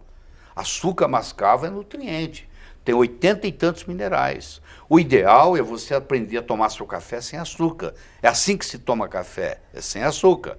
Mas se você quiser pôr alguma coisa, ou você põe stevia, que é uma opção para o diabético, pôr stevia, ou você põe açúcar mascavo. Agora, você pôr adoçante artificial, eu tenho um kit de DVDs, o lado amargo dos adoçantes. É impressionante, se você ler na literatura, a destruição cerebral que ocorre com o uso... Tem gente que é o seguinte, tem uma xícara de café, 2 gotas adoçam a xícara, eles põem 10. Dá um esguicho, inclusive. Dá um esguicho. Aquilo ali, você pôr 2 ou pôr 10, a doçura é exatamente a mesma, porque já saturou. E aquilo vai só prejudicar. A stevia é uma planta e aí Stevia é uma natural. planta. Até agora, já pesquisou, nada se descobriu contra a stevia ainda. Eu não sei se vai descobrir alguma coisa, mas o que eu posso dizer de hoje, comparado com os outros, está muito na frente, muito na frente. Mas eu vou deixar bem claro aqui, entre adoçante artificial, com exceção da stevia, e açúcar, eu fico com açúcar, apesar de ser prejudicial. Doutor Lair, para a gente ir concluindo aqui, falamos de açúcar, a gente lembrou do diabetes. O que a gente pode falar hoje em termos de novidade, tratamento de diabetes e um pouco sobre essa doença que afeta, já é uma epidemia hoje, né? É uma epidemia. Hoje tem uma doença nova que chama diabesidade. Já ouviu falar? É a combinação do diabetes com o obeso. Então, a Organização Mundial de Saúde criou um outro nome novo, chama diabesidade. É o que você mais vê no mundo crescendo hoje, é a doença chamada diabesidade, combinação de diabetes com obesidade. A obesidade propicia o desenvolvimento da diabetes. Então, quando você pega um paciente obeso, diabético, e trata a obesidade dele, em geral, a diabetes dele melhora absurdamente, a ponto, às vezes, de nem precisar remédio. Então, o paciente obeso diabético, eu tenho que tratar a obesidade dele, para poder resolver o problema. Entendeu? A base é a obesidade. A base é a obesidade. Eliminando a obesidade já... Você resolve 80% a 90% dos casos. Então, aí o problema é trabalhar a obesidade. E aí tem mecanismos que a gente gastaria um programa inteiro para discutir isso. Você vê que é o seguinte, cada pergunta que você me faz, você me coloca numa sinuca de bico, porque isso vai contra o que você conhece aí. O telespectador deve estar abismado aí, poxa. Tudo que o doutor Lair está falando não bate com o que eu conheço. Querido, eu estudo 12 horas por dia e pesquiso o que tem de novo. Essa é a minha missão. E eu sei que é perigoso eu estar falando o que eu falo, mas eu tenho que falar, pô. Eu não posso falar, deixar de falar, entendeu? O que eu posso fazer? E a obesidade é um mal hoje da vida moderna, né, que está associada ao prazer, as pessoas estão comendo muito e, logicamente, já tem até consciência que vão ficar doentes. Mas aí Não, e vai principalmente fazer, né? ingerindo, porque, deixa eu te falar isso, eles pegaram 32 pães salgados nos Estados Unidos, 31 tinha açúcar. Eles põem o açúcar para dar volume e põem sal. Você compra um pão salgado e, na realidade, você está comendo um pão doce e não sabe. Tá? Você imagina. Isso nos Estados Unidos, você imagina aqui. Então, por quê? Porque hoje você coloca o xarope de milho. Esse é que é o grande problema. O xarope de milho, ele é muito mais doce que o açúcar, muito mais prejudicial que o açúcar, extremamente mais barato que açúcar. E aí, como ele aumenta o volume de tudo, o que a indústria faz? Ele coloca xarope de milho. Você está comendo uma coisa salgada e você não sabe se ali tem xarope de milho ou não. E o xarope de milho, ele causa... O primeiro xarope de milho aumenta o ácido úrico. E o xarope de milho, ele é rico em frutose. Aí já vai outra coisa. Como é que a gente faz? Frutose é um veneno. A frutose não é açúcar da fruta? É, veneno. Quando Deus fez o veneno chamado frutose, ele fez o antídoto, que é a fibra. Quando você ingere a fruta, tudo bem. Quando você ingere o suco, a pessoa que ingere muito suco de fruta todo dia, aí começa a ser prejudicial, porque agora vem a frutose sem a fibra. A fibra não veio. A natureza não tem liquidificador, a natureza não tem espremedor de laranja. Você chupar laranja é uma coisa, você ficar tomando suco toda hora é outra, totalmente diferente. Pode ser suco fresco de laranja sem açúcar. Se você tomar demais, você vai ter problema. Um dos problemas, você vai desenvolver a síndrome metabólica, que é a obesidade abdominal, que vem com hipertensão, com dislipidemia, o colesterol sobe, o triglicérides sobe. Tudo tem que ser com equilíbrio, então. Né? Então. E aí leva ao processo do diabetes, porque a síndrome metabólica, que é uma das doenças que mais cresce no mundo hoje, a causa lá atrás dela é a frutose. A frutose que, inclusive, está nos alimentos, escondido na forma do xarope de milho. E o xarope de milho é mais rico em frutose do que o açúcar da cana. Então, viver hoje é prejudicial à saúde. Bem prejudicial à saúde. Então, isso é complicado, porque cada vez que você me pergunta, eu estou pisando no pé de alguém. Está tudo interligado. Está tudo interligado. Então, vamos pisar mais um pouquinho no pé de alguém. Vamos lá. Queria falar um pouquinho agora sobre os radicais livres. Sim. Que se fala também antioxidante, chá verde. Tá. Pois é, então, para viver nós temos que gerar radical livre. Não existe vida sem radical livre. Só que a natureza é sábia. Ela criou um sistema para destruir os radicais livres. Superóxido dismutase, glutationa peroxidase e catalase. São 3 enzimas que vão destruindo os radicais livres no corpo. Radical livre é o quê? É o resto de uma reação química? É o seguinte, é uma molécula, uma substância, ou uma substância que falta um elétron. E ela busca um elétron para tirar do outro. Então ela vai lá e rouba o elétron. Quando você puxa o elétron de alguém, aquela substância que ficou sem o elétron se oxidou. Aquela que ficou com o elétron se reduziu. São reações de oxirredução. Então oxida de um lado e reduz do outro. Então tá faltando um elétron, se estivesse faltando esse dedinho aqui, eu vou na mão de alguém, puxo o dedo e coloco aqui. Então eu me reduzi, aquele se oxidou. Só que isso agora desencadeia uma cadeia dominó, 10.000 reações. Isso é o radical livre que vai acontecendo. Quando isso acontece em excesso, forma uma coisa chamada estresse oxidativo. Esse estresse oxidativo tem que ser tratado com substâncias antioxidantes. As frutas, os vegetais são excelentes antioxidantes. Aliás, o melhor antioxidante que existe é tirar o sapato, a meia e andar na terra, ou na areia, ou na grama. Isso é o melhor que existe. O pessoal antigo fazia. Mas ninguém faz mais hoje, né? Quando você põe o seu pé no chão, não é no cimento não, no chão, você em 10 minutos mudou todo o seu metabolismo. Você puxa, a terra é uma doadora desses elétrons. Então ela restabelece você. Você vai descansar, você tira o sapato, tira a meia, anda lá no sítio, você já se sente bem. Por quê? Você recarregou com elétrons. Existem alimentos que fazem isso. chá verde tem uma substância chamada epigalatecatequina galato, que é um polifenol, que quando entra no corpo é um potente antioxidante. Então, os alimentos funcionais, em geral, são alimentos que, além de serem nutrientes, eles têm capacidade curativa. Eles têm, em geral, polifenóis. Vou te dar um exemplo. A cebola tem uma substância chamada quercetina, que também tem uma ação, é um polifenol forte, que tem uma ação antioxidante forte. Então, a cebola é uma substância, é um alimento funcional. O abacate é um excelente alimento funcional. Mas abacate não tem muito óleo?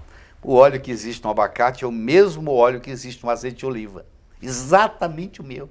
É o mesmo, é o ácido oleico. Então faz muito bem. É, muito bem. E ele tem uma substância chamada beta-citosterol, que é excelente para baixar colesterol. Olha o paradoxo. Ação é tudo.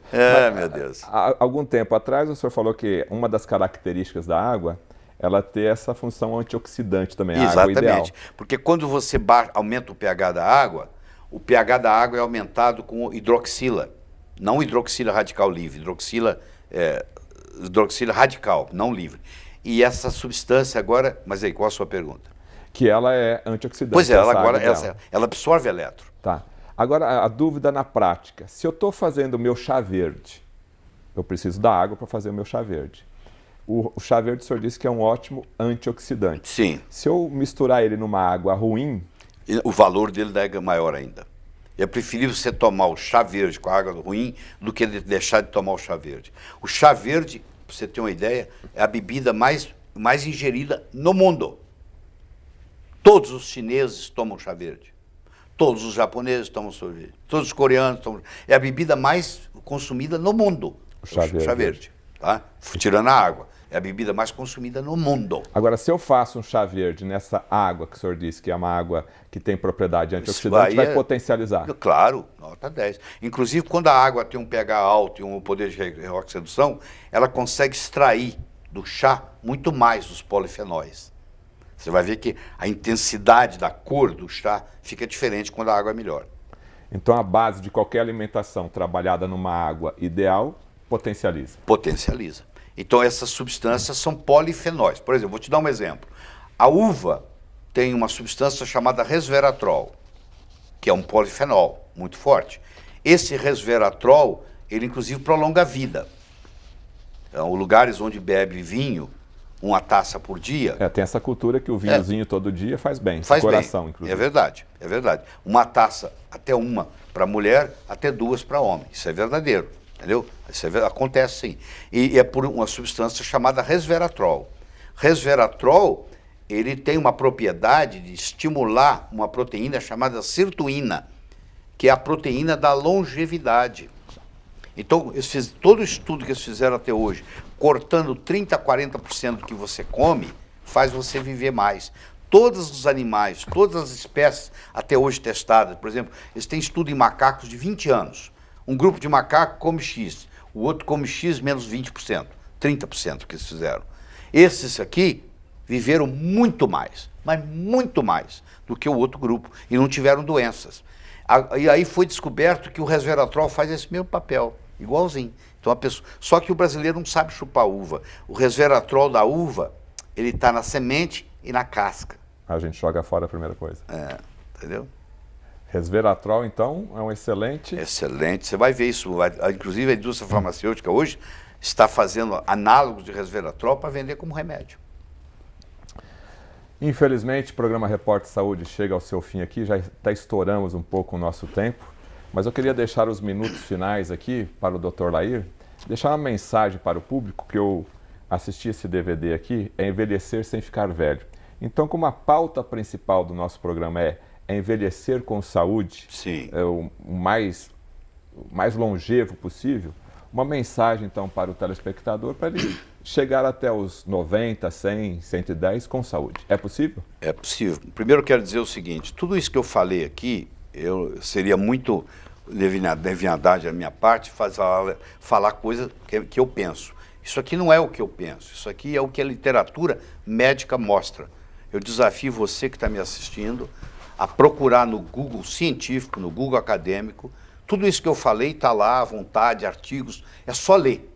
Essa história de que não tem ciência é um jargão que geralmente muito médico usa, porque não faz o dever de casa, que é estudar, e fala que não é verdadeiro. Isso tudo está lá comprovado. Eu desafio qualquer um, em qualquer situação, em qualquer momento, tudo que eu falei aqui está provado lá cientificamente. Não é divulgado.